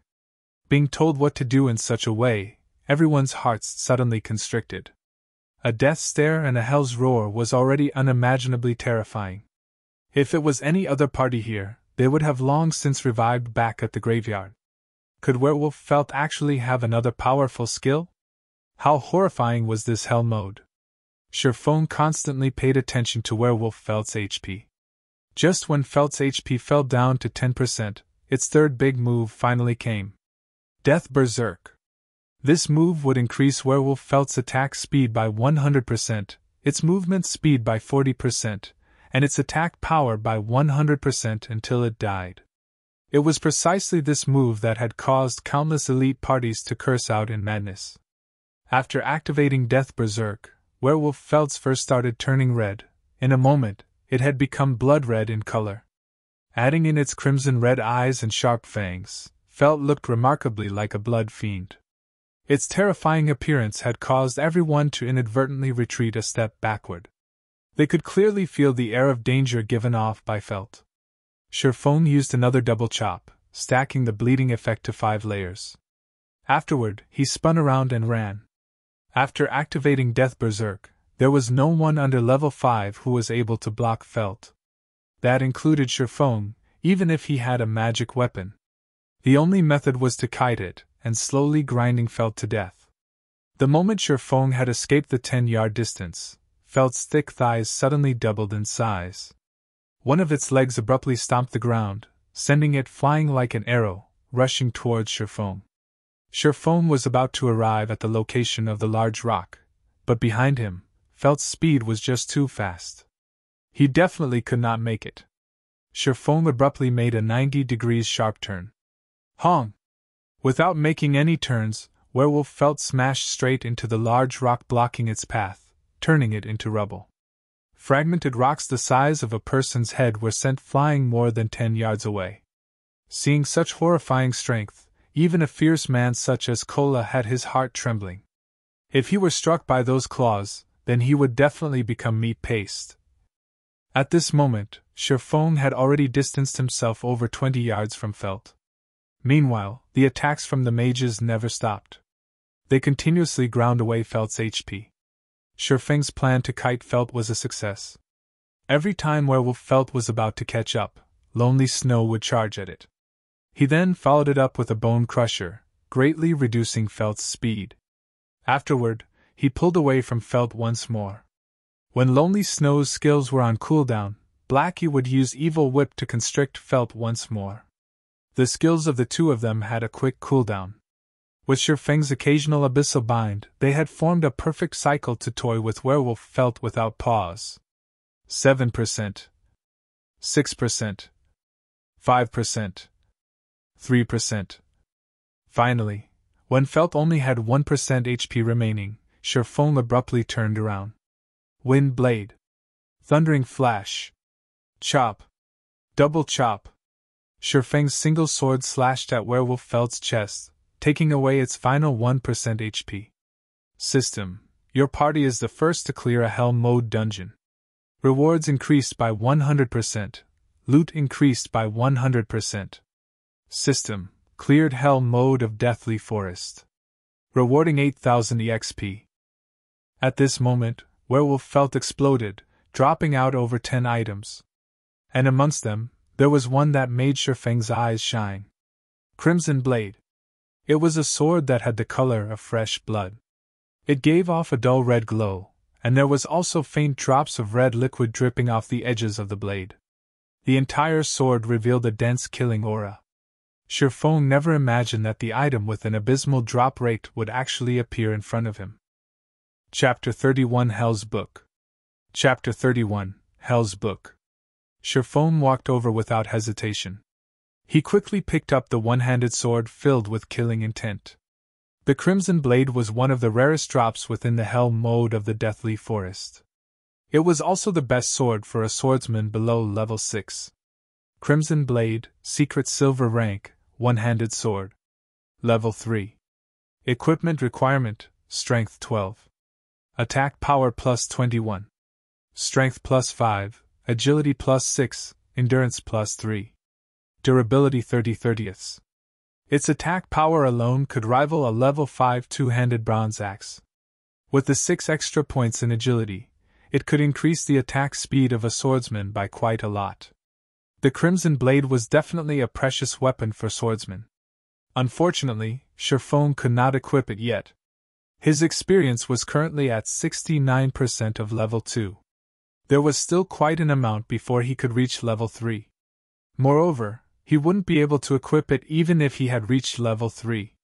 This was because swordsmen would only activate the dual-wielding talent after they reached level 5. At that time, Feng would be able to wield 2 one-handed swords. By the time Feng was level 5, he would be able to wield the Abyssal Blade on his main arm, and the Crimson Blade on his sub-arm. His attack power would be invincible amongst level 5 players. Feng felt great just thinking about such a future. "Brother Feng, hurry up and pick up the equipment. I'm dying of anxiety here," Blackie urged. "That's right, party leader. You can't just enjoy it by yourself. At least let us have a look at what equipment dropped." The loot on the ground had nearly blinded everyone's eyes. The anxiety burning in their hearts had even caused them to forget their joy of reaching level 2. They all wished to take a look at the drops of the 2 Hell mode bosses. As for rushing over to snatch the loot, there was nobody present who would do such a thing. Even if the items on the ground were valuable, they still wouldn't do it. If they had done such a thing, although they could feel great for the moment, they would instead regret their actions for the rest of their lives. This was because Feng was the true treasure here. Even if Feng wanted all of the equipment, there would not be a single person who would refuse him. After all, the only reason they could make it to this point was all because of Feng. That was why everyone was just standing by the side, obediently watching instead of rushing up to fight for the loot. All right. No need to rush." Feng smiled. He quickly began to collect the items on the ground. Feng was very satisfied with everyone's performance. They were unlike the players Feng would occasionally party up with in his previous life. When the boss died, those players would rush up in unison to snatch the equipment. They immediately disappeared once they took all the equipment, leaving Feng enraged and speechless. The reason Feng did not set the party so that only the leader could pick drops was to test everyone's intentions. It was better to discover those treacherous people early on. Now that nobody had rushed up to snatch the items, Feng could be more at ease with them. In a short moment, Feng had collected all the loot on the ground. There were a total of 19 pieces of equipment and 5 silver coins. Such a harvest could rival the assets of a large guild in its entirety. Arranging his bag, Feng's lips curled up into a smile. He found a forging design. Garrison armor forging design. Able to create a piece of level 3 bronze-ranked chest armor after learning the design. Materials required: 20 copper ores, 5 bronze ores, 5 magic essences. This piece of equipment was a good item. As long as a party's MT equipped it, diving into the normal mode of the Deathly Forest would become much easier. Not only did it have high defense and strength, it also increased maximum HP by 200 points. It was an extremely important piece of equipment for any MT. In Feng's previous life, when this equipment was released, every guild madly fought over it. They also ignored all costs to enter the Deathly Forest in order to obtain this forging design. When Blackie saw Feng's excited smile, his heart became even more anxious. It was needless to say for the other people, if a person's sight could kill, Feng probably would have died over hundreds or thousands of times by now. The items are not bad. Here, you guys have a look. Feng did not waste any more time. He immediately displayed the attributes of all the equipment. There were a total of 15 pieces of equipment. Amongst them, there was only a single secret silver equipment, which was the Crimson Blade. There were also 5 pieces of mysterious iron equipment, and 9 pieces of bronze equipment. The bronze equipment dropped by the bosses of Hell mode were all of the highest quality. The bronze equipment dropped by elites were far from comparable. Amongst all the equipment, after the Crimson Blade, the most valuable items were the pieces of mysterious iron equipment. Out of the 3 modes of the Deathly Forest, only Hell mode dropped mysterious iron equipment, whereas normal and difficult only dropped bronze equipment. Blackie's luck had always been good. Amongst the 5 pieces of mysterious iron equipment, there were 2 pieces of the dark color set meant for Cursemoncers. The dark color set was definitely the set equipment for Cursemoncers below level 5. There were a total of 5 pieces in the dark color set: head, chest, legs, shoes, arm guards. This time around, the parts that dropped were the chest and shoes. These 2 items had placed a wide smile on Blackie's face. Brother Feng, I really love coming down to Hell. Let's come here once every day. That way, I can complete the dark color set, and if anyone dares look down upon us at that time, I'll blast him to pieces. Blackie showed off the dark color set in his hands. After wearing the dark color set, Blackie felt himself becoming closer to an expert.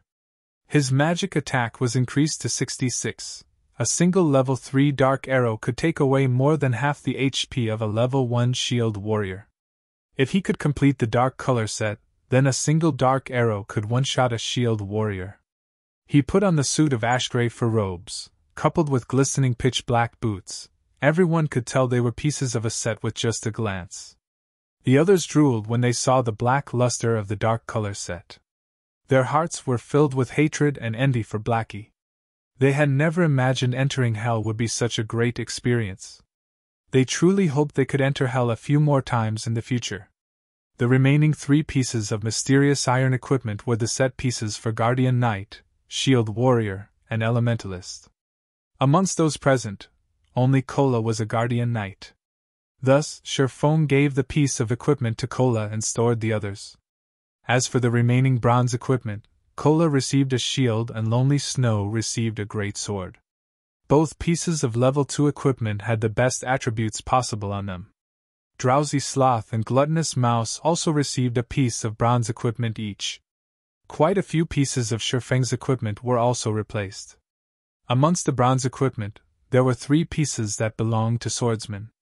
The 2 pieces of equipment that remained were stored away by Feng. When everyone had changed their equipment, it was as if the entire party had a makeover. Every piece of their equipment was incomparably brilliant. Just a glance was enough to tell that they didn't just have common equipment. The entire party had also risen to level 2. Blackie's experience was even at 98% of level 2, just a tad bit short of level 3. The other 4 items were a forging design, a potion recipe, a rare skill for Cursemoncers, and a notebook. The rare skill for Cursemoncers overjoyed Blackie. It was an AoE skill called Hell Flame. Hell Flame deals 150% flame damage to an 8x8 yard area. Duration of 5 seconds. Cooldown, 36 seconds. It was a godly skill for grinding monsters during the early periods of the game. What is this thing for? Feng looked at the old notebook in his hand. He could not recall the Hell mode of the Deathly Forest dropping such an item. Taking a look inside, Feng discovered words which he could not understand. However, Feng knew these words belonged to the ancient language of the elves. Within God's domain, any items which had a relationship with the elven language were definitely not common items. Just like the Ring of Gravity, there was a string of elvish words carved onto it. They had allowed the ring to possess unimaginable powers. It seems I have to make a trip to the library. Feng felt this notebook was not as simple as it seemed. In his previous life, he entered the hell mode of the deathly forest tens of times. However, he had never seen such an item drop before. There was no such news from the other teams in the guild as well. The likelihood of the notebook dropping only on the first kill was high. If Feng wanted to make heads with the situation, he had to translate its contents at the library. Brother Feng, what are we going to do afterward? Grinding mobs? Blackie was eager to try out the new skill he learned. That's fine as well. We'll grind and do quests in Dark Moon Valley. The monsters there drop quite a lot of ore, Feng said after some thought. With the forging design in hand, all that was left was to obtain the materials. However, Feng needed a lot of materials. Now that Blackie had Hellflame, it should be a lot quicker to kill kobolds and gnomes. Furthermore, Feng knew of a few good locations where it would be suitable to use Hellflame. Feng turned to look at the others, saying, "Will you guys follow us or do quests on your own? Big Brother Feng, how could you leave me out of grinding mobs? I've already planned to follow Big Brother Feng in the future." Kola smiled like a fool as he gently caressed his new shield. "Big Brother Feng, can we join as well?" Drowsy Sloth and Gluttonous Mouse were both high schoolers. Currently, they had their heads lowered in embarrassment. However, they did not wish to give up such a chance. Feng was a great expert.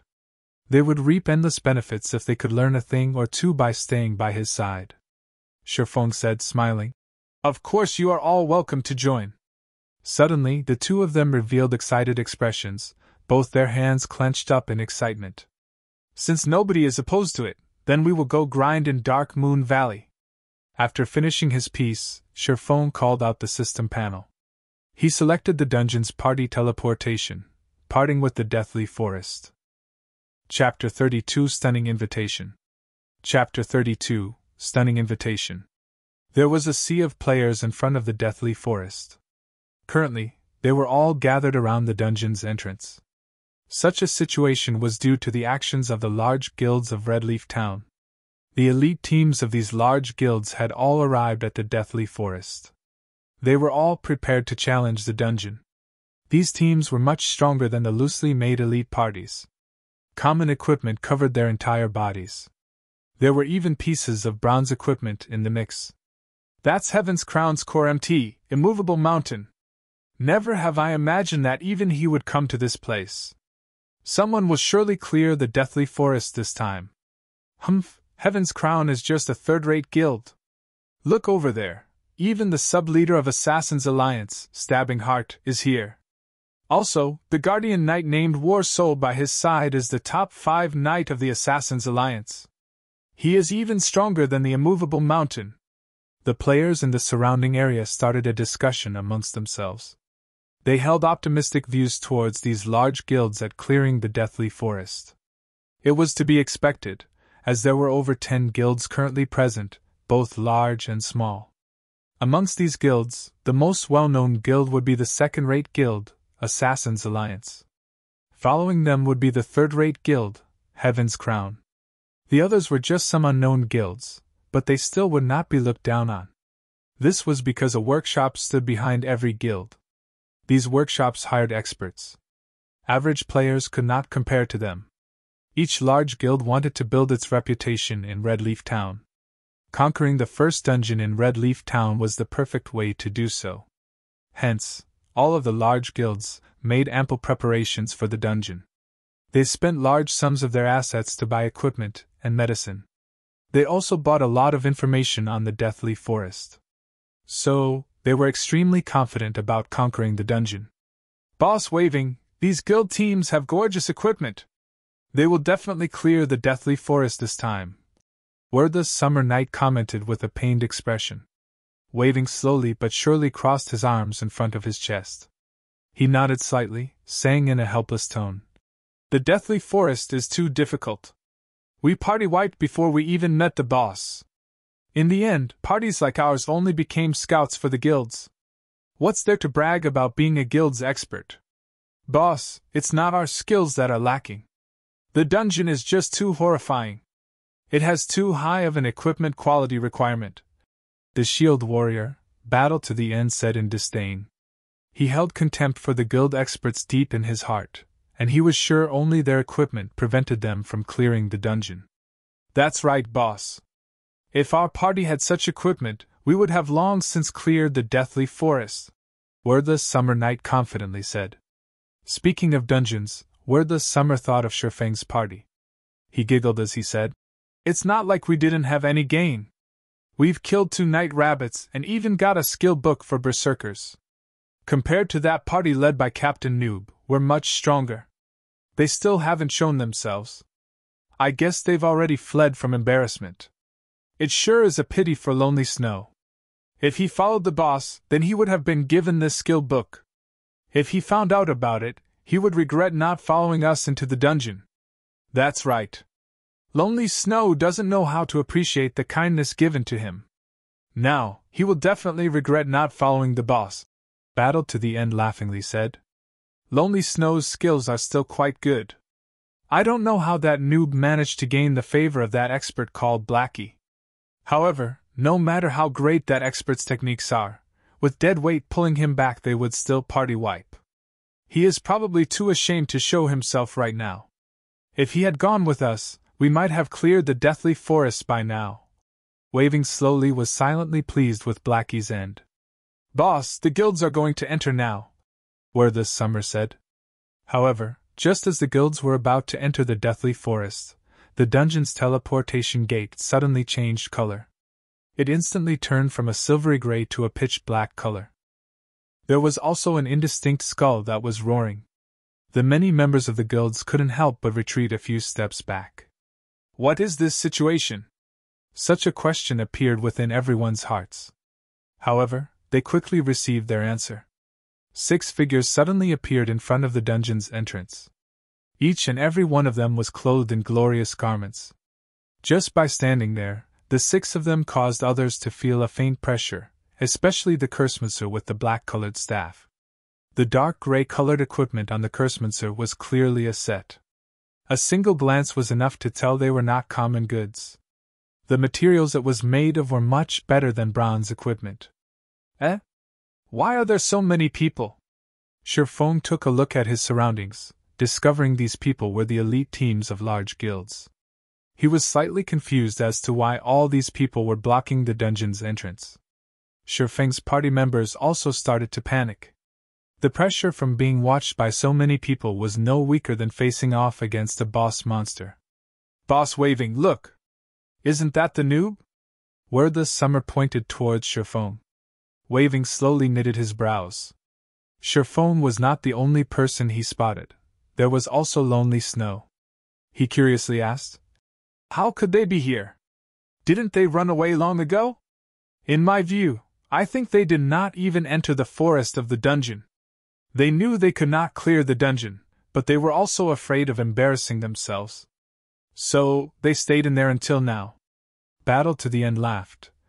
But now they just happened to get caught after leaving the dungeon. Just look at how ugly Lonely Snow's expression is. Ha! As expected of a noob, he doesn't even have the courage to enter the dungeon. Waving slowly but surely felt Wordless Summer Knight's words made sense.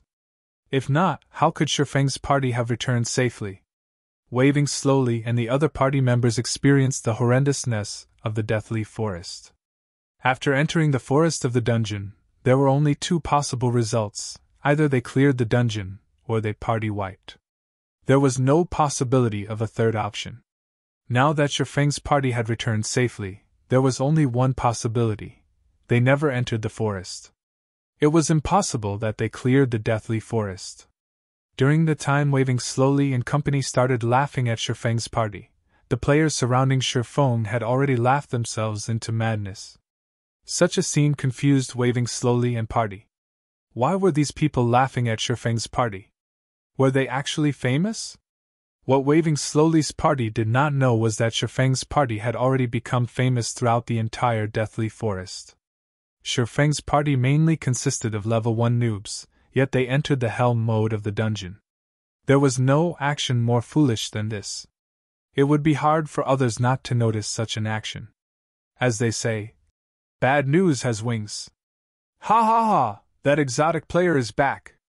I actually admired him for entering the hell mode of the deathly forest, but he was just a coward. I can't take it anymore. My stomach hurts too much from laughing. The players surrounding Feng's party understood their actions.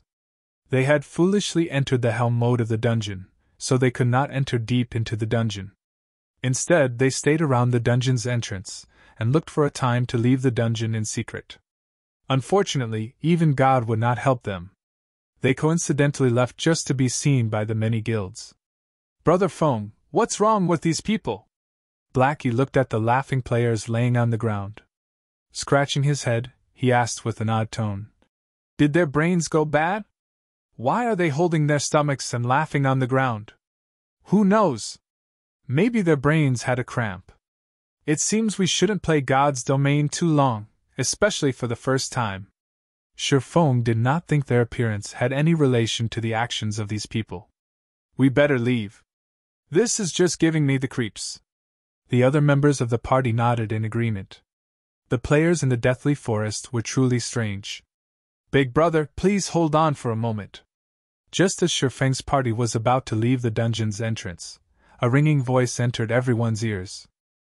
Taking a look at the voice's origin, a beautiful and pure maiden dressed in a pure white mage's robe was seen walking towards Feng's party. Feng recognized this person. She was Star Moon Kingdom's top 100 cleric, Xiao Yue. Xiao Yue walked to Feng with an embarrassed look, a blush appearing on her tender white cheeks. She whispered, Nice to meet you. I am Xiao Yue of Ouroboros. We met before entering the dungeon. Our party's leader wishes to have a chat with you about the Deathly Forest's dungeon. I wonder if you would be interested in sharing? Chapter 33 Changing from Arrogance to Humility, 1. Chapter 33 Changing from Arrogance to Humility, 1. Xiao Yue's appearance shocked everyone present. Every player present knew who Xiao Yue was. After all, she was the goddess party mate. Coupled with Xiao Yue's beauty and purity, she was firmly implanted in everyone's memories. However, why would such a pure maiden invite a noob? Furthermore, what was harder to imagine was the person who invited the noob was not Xiao Yue, but the goddess, Gentle Snow. Who was Gentle Snow? She was the publicly acknowledged snow goddess in the virtual gaming world. There were countless Mr. Perfects who wanted to approach her. There was even a trust fund baby who had offered 10 million credits just to have a meal with Gentle Snow. However, that person did not even receive a word from her. Scram! That trust fund baby was naturally enraged. Thus, he sought to get revenge and turn Gentle Snow into his possession. Yet, a few days later, this trust fund baby was dumbfounded. His father, a self-made wealthy man, suddenly became a poor pauper. All of his father's properties had, within a night, become someone else's possession. When the trust fund baby's father found the cause, he nearly beat his son to death. From then onwards, everyone finally knew the dreadfulness of Gentle Snow. However, Gentle Snow's fans had further increased in number after this incident. Gentle Snow was like a true goddess from the legends, divine and inviolable. Such a goddess had actively invited such a noob. How could it not shock people? Currently, everyone was no longer in the mood for laughter. There was only envy and displeasure. What virtue and ability did a noob have to be invited to chat with the goddess? Damn, this noob must have some dog shit luck. Why him? I'm so handsome, yet the goddess won't even speak a word to me. I, Jade Wintry, am an expert in God's domain, but why won't the goddess come have a chat with me? Could it be that I am too handsome? Or does the goddess prefer a wilder type? The goddess must want to understand the situation inside the Hell Mode dungeon. That's why she looked for him. I never imagined even noobs would have such benefits. If I had known earlier, I would have also entered Hell Mode once. Everyone started their own discussions. They glared at Feng, having thoughts of disdain and envy towards him.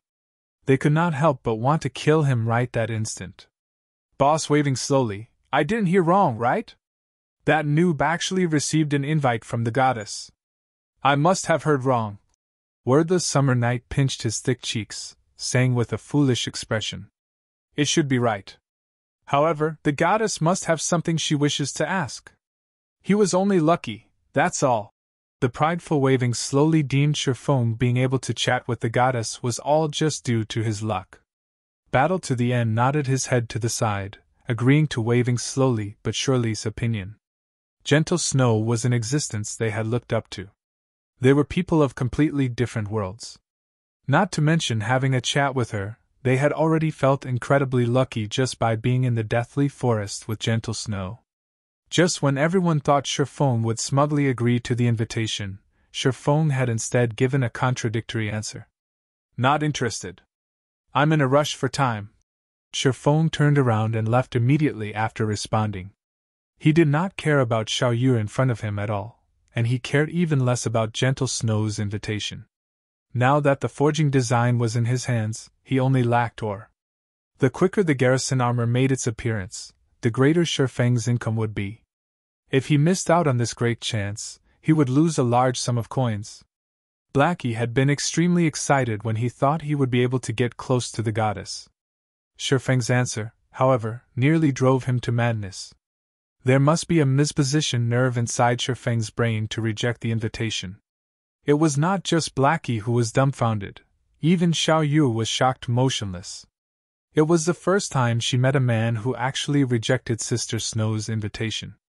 Many men begged for such an invitation, yet all of them remained empty-handed. Could this man be a fool? Let's go.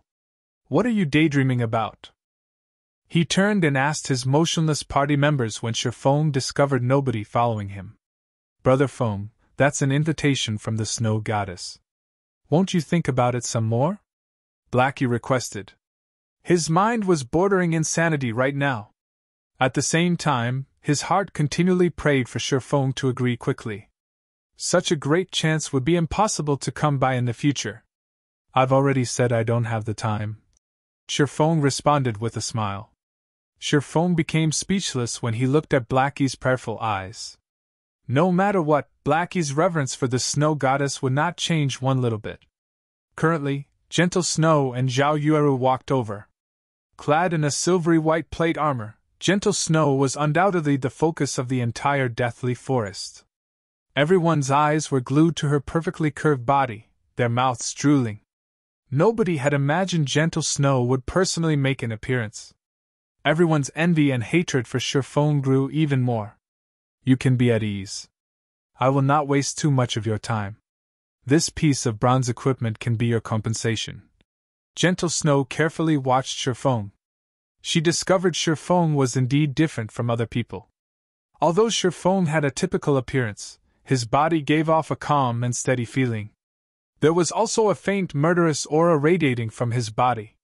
Such temperament could only be honed after experiencing countless life-or-death battles. Snow?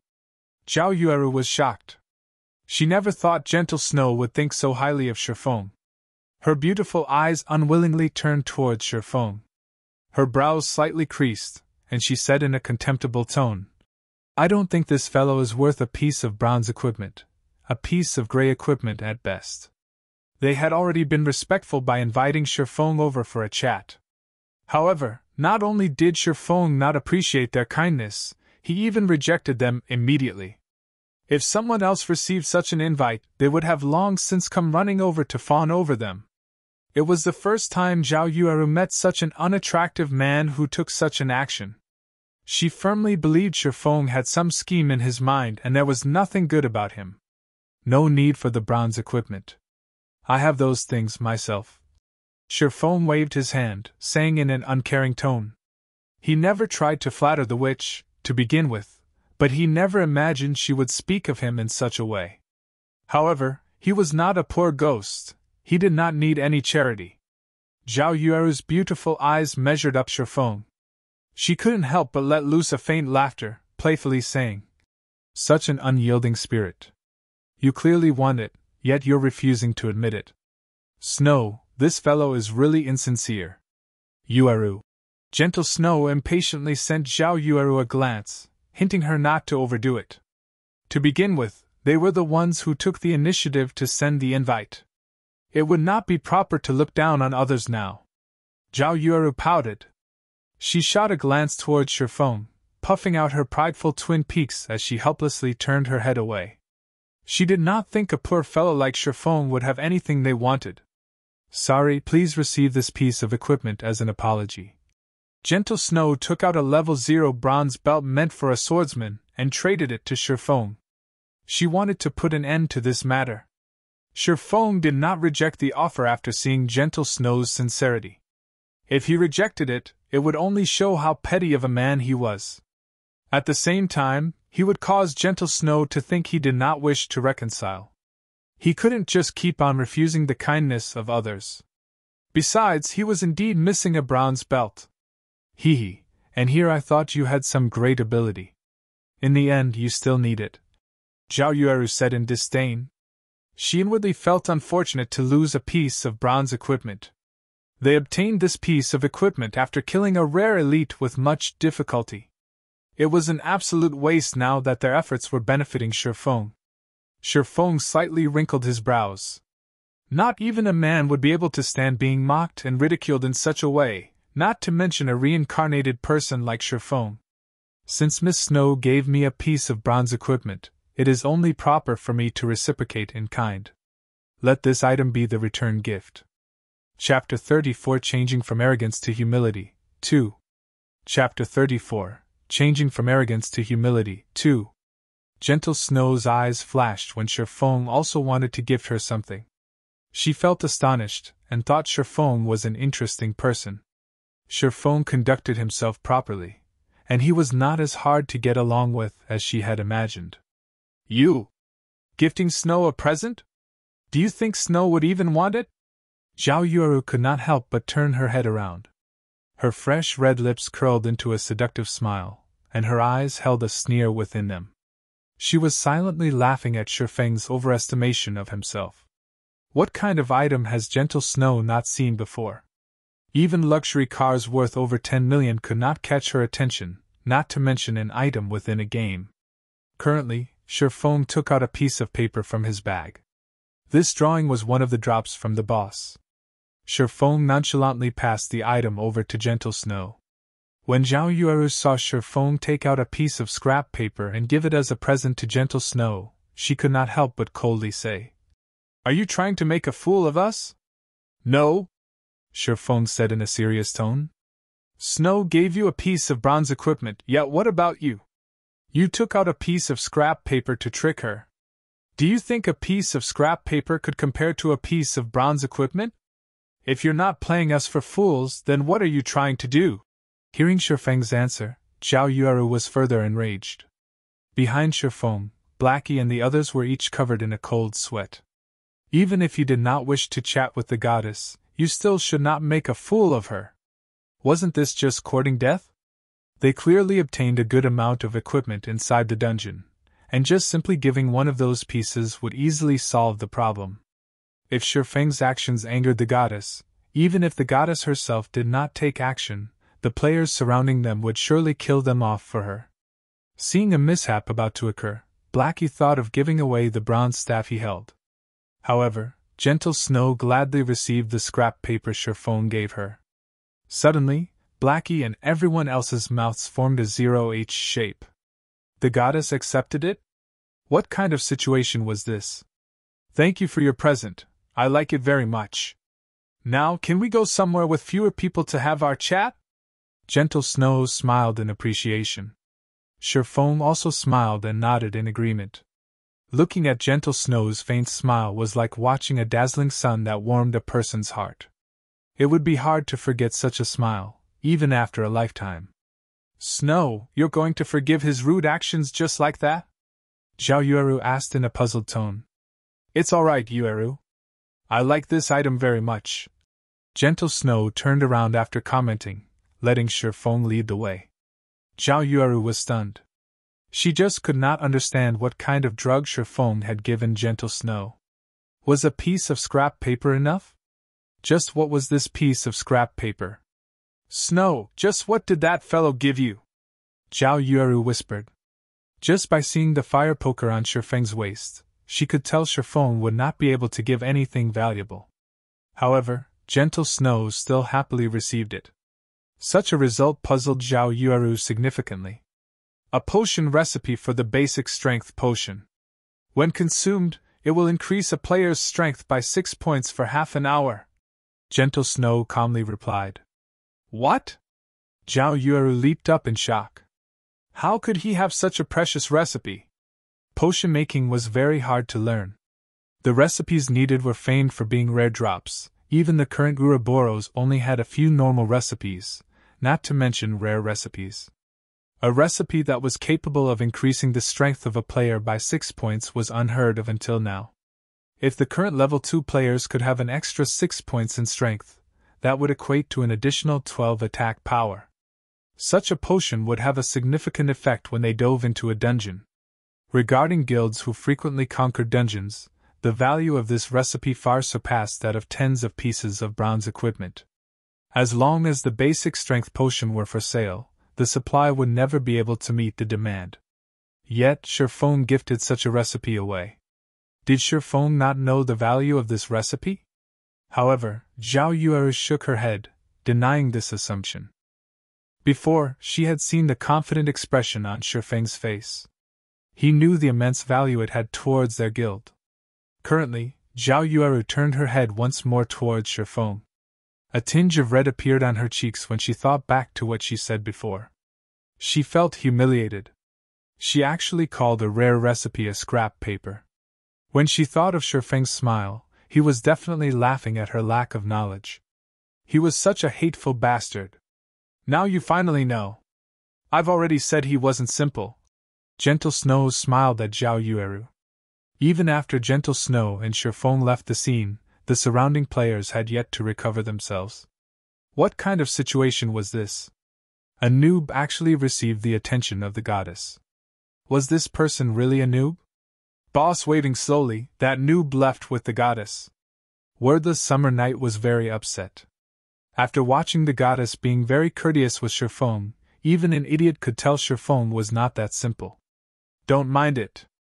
I've heard from others that the noob entered the hell mode of the Deathly Forest. The snow goddess must have intentionally invited him to learn about the difficulty of hell mode. Waving slowly did not believe that he would misjudge a person. Feng was definitely a noob.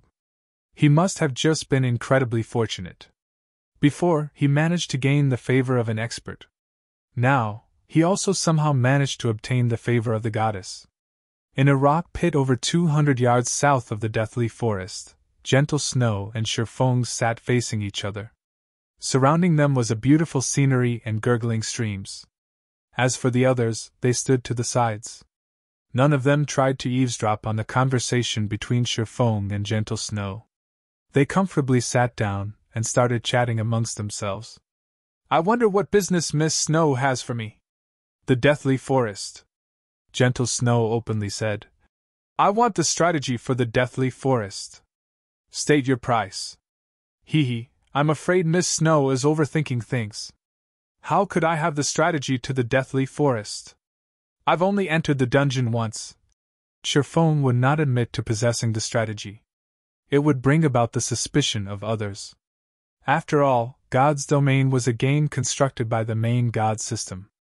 Even beta testers would not know a detailed strategy for the dungeon. It was still possible to trick amateurs such as Blackie, but it was impossible to trick Gentle Snow. Troubles would arise if Feng were to generously share his strategy. Gentle Snow smiled sweetly. Her eyes swept once across Feng's party members before calmly saying, If I'm not mistaken, the equipment your party members are wearing all came from the hell mode of the Deathly Forest.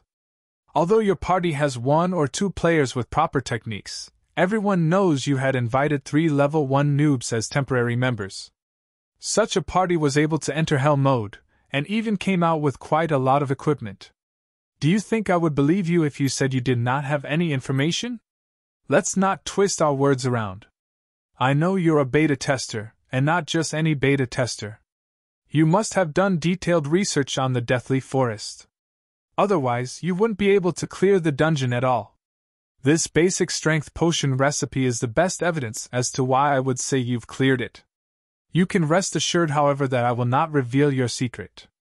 Gentle Snow fixated her gaze on Feng as if she saw through Feng's entire being. All right, what you say is correct. Feng shrugged his shoulders, silently letting loose a breath. He never thought Gentle Snow would fill up the questionable gaps. It would not be any better for Feng if Gentle Snow thought in such a way. State your price then. Gentle Snow was all smiles with Feng. It was as though she was saying, Did you think I could not control a person like you? This lady knows everything. You're tuning into the Phoenix Knights YouTube channel. Don't forget to subscribe and join us on this journey to catch the most captivating stories.